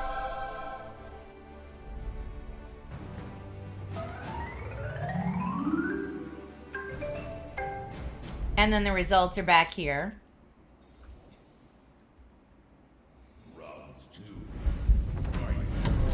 And then you write again. You got thunderclapped. I got thunderclapped, so does that mean I have less time? The town's best ranger is a barbarian named Doc. I met him. No, this is not. I'm clearly not. Oh, I can't delete. I met him through my druid friend. I don't know. Wait. Why did it... was that a good thing or a not good thing? I don't know. The ranger's eyes narrow. Hand drifting towards his bow, I've heard tales. He murmurs of trolls feasting on more than just hair. These are all way better. I crave not gold nor silver, but a token of your finest warrior's courage. Well chuckled our guide, Old Man Jenkins. He's got a nerve asking for my hair. The town's best ranger is a barbarian named Doc. I met him through my druid friend. Mine are clearly the worst. I am not an author. That's hilarious.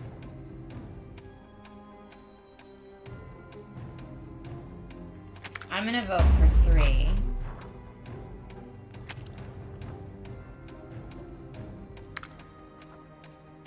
I also didn't use whatever my relic was. So it's like Jackbox Party Pack for people who really want to write novels.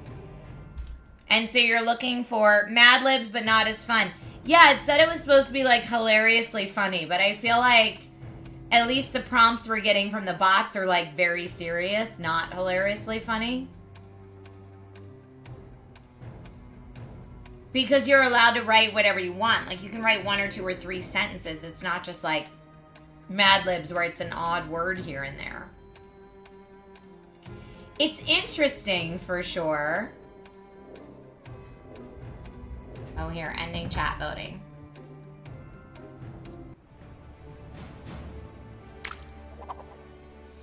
You don't have to vote for mine. Mine aren't good. Yeah, if you and all your friends are like writing silly things, like Astro Banshee says, I can see my writing group having fun with this. Get ready to write. Is it time for a plot twist? Totally up to you.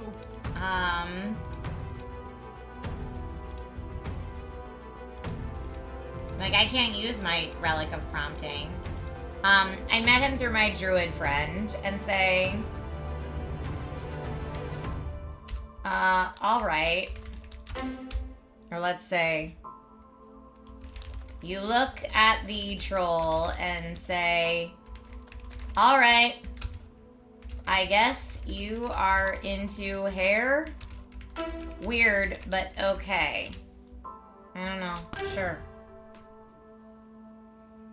Few drinks in, everyone, and this might be a fun for a few laughs. Yeah, I feel like if you had a writing group or something like that, this could be really funny. I played a lot of tabletop games that are group storytelling tabletop games. Like there's a game called Stories of the Three Coins, if anyone ever played that. That's mostly for kids. That are group storytelling games like this.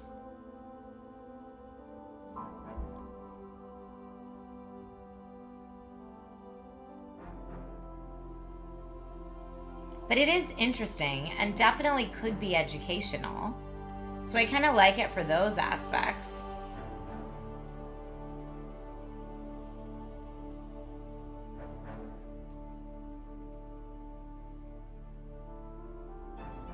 The bots are taking a really long time to write their answers, you know?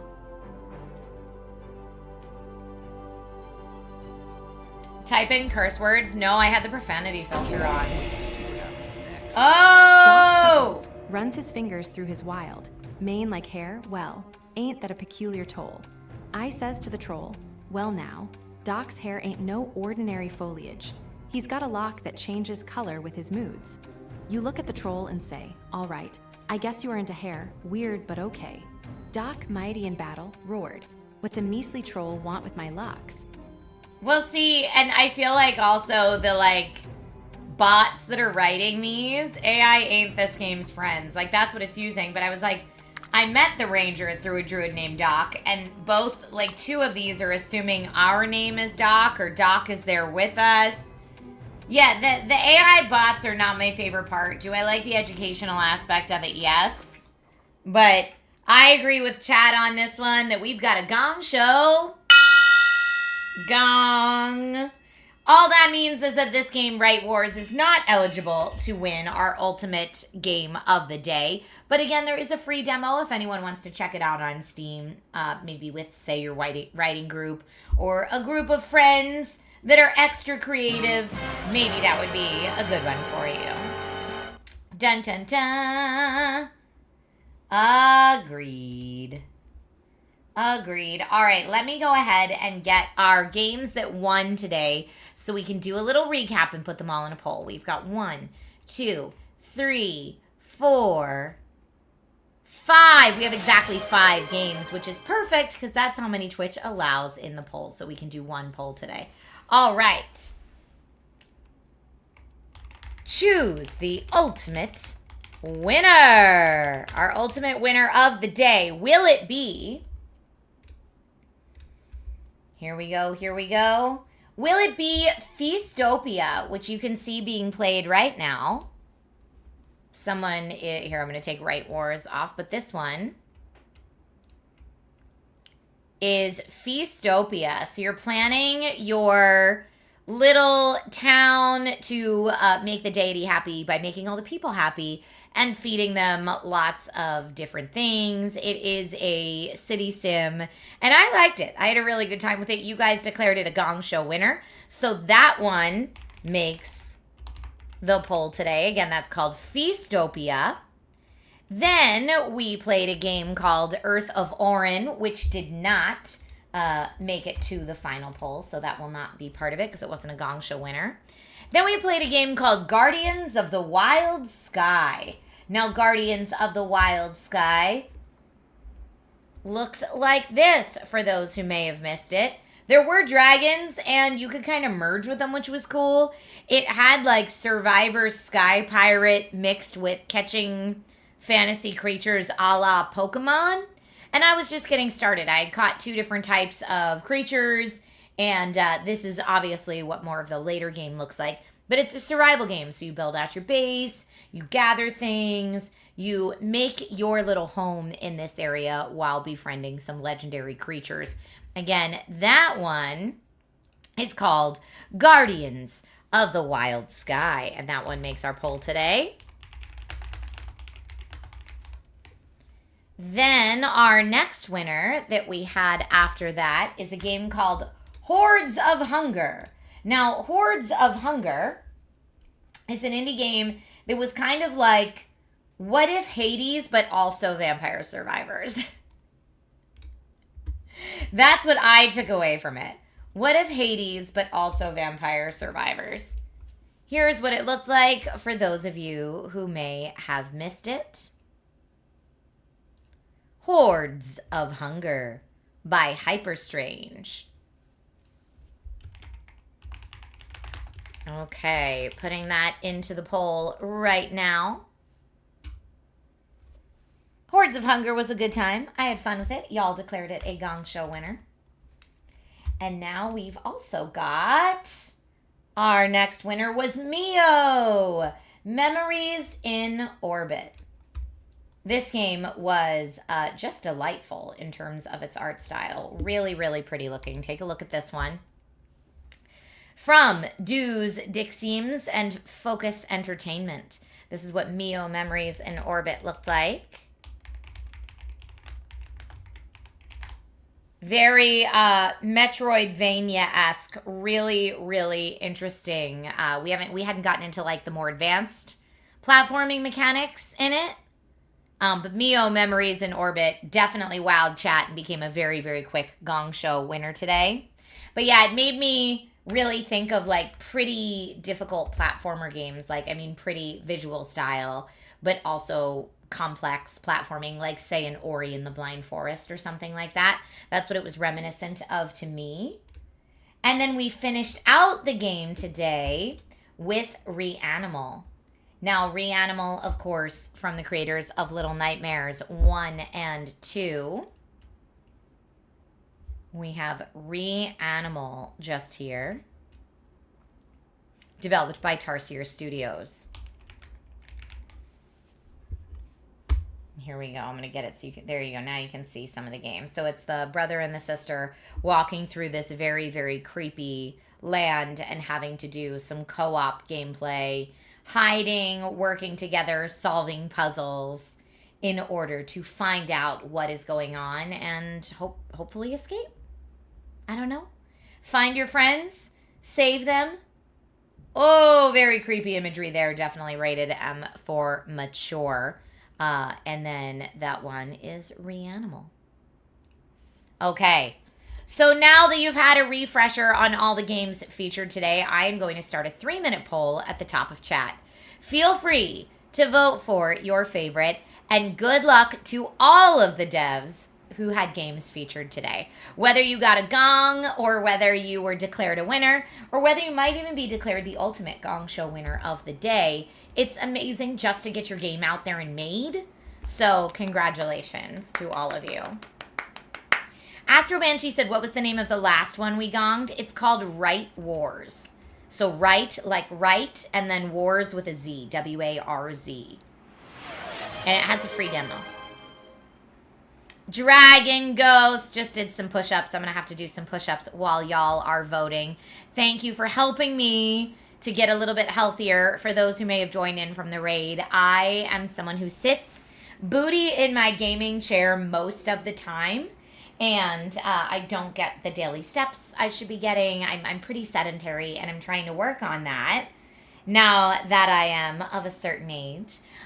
So thank you, chat, for keeping me healthy. I'm going to do knee push-ups because that's where I'm at health-wise right now. So I'm going to do my knee push-ups while y'all get your votes in.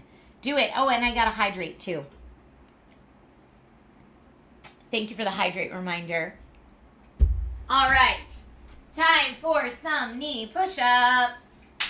Doing it. Here we go.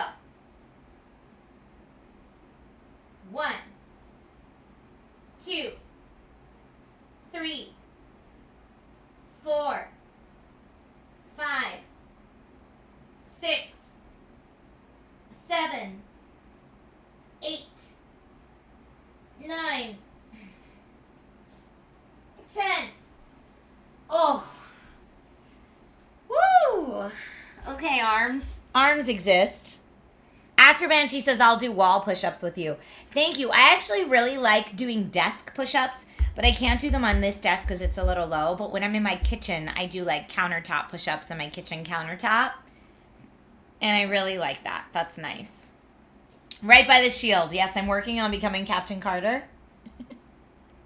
IRL Oryn cosplay form. Y'all are shocking me with these votes right now. I am shocked. I thought for sure Mio Memories in Orbit was going to run away with it, but not today. Not today. It's actually very close between REANIMAL and Guardians of the Wild Sky. Get your votes in, everybody. Do it. Do it. Get your votes in now. This is your Gong Show. So when we declare Indie Game of the Year at the end of the year, it's your choices that have gotten us there. All right, with 45% of the vote today, REANIMAL is our ultimate Gong Show winner. Congratulations to the dev team for REANIMAL. All right. So next week, I did see that plank come in, by the way. I'm not ignoring you, Frequency Punch.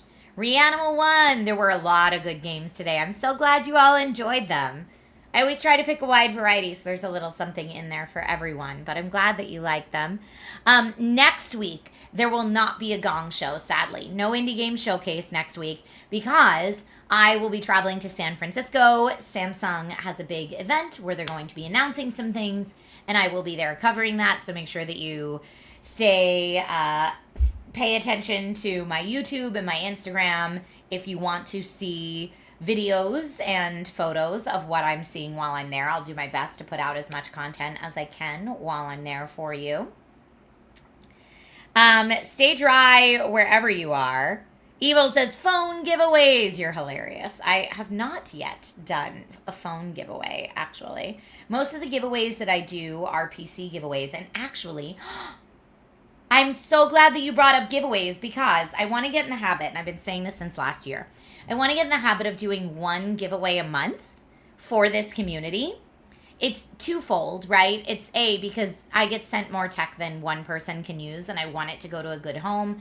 I don't just want to resell it to some store that's going to not give me the value for what it's worth or not appreciate it. I would rather use it as a giveaway for this community and have one of you get something cool. So I'm going to do a very, very quick new poll. Which giveaway first? Because I have a couple things. I have a laptop I could give away. I have a GPU I could give away. Or I have a headset and controller giveaway. I'm going to do a 2-minute poll at the top of chat while I do my plank. And I want you to vote what you think would be the most exciting giveaway.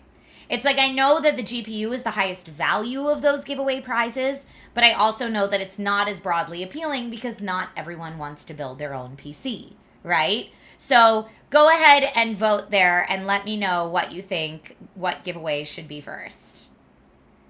What video card is it? 7900 XTX, so you'd be twinsies with me. That's what I have in my streaming build. All right, plank time. Plank time. Here we go. Plank time. Okay.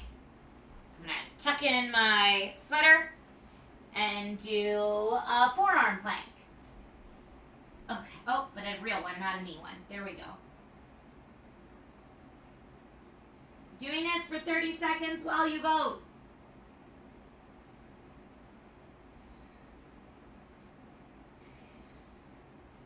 Planks are really hard for me, y'all. Forearm planks are harder for me than high planks.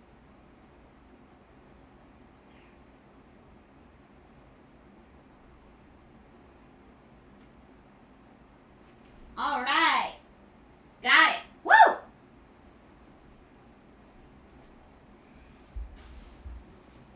Plank time or plank time?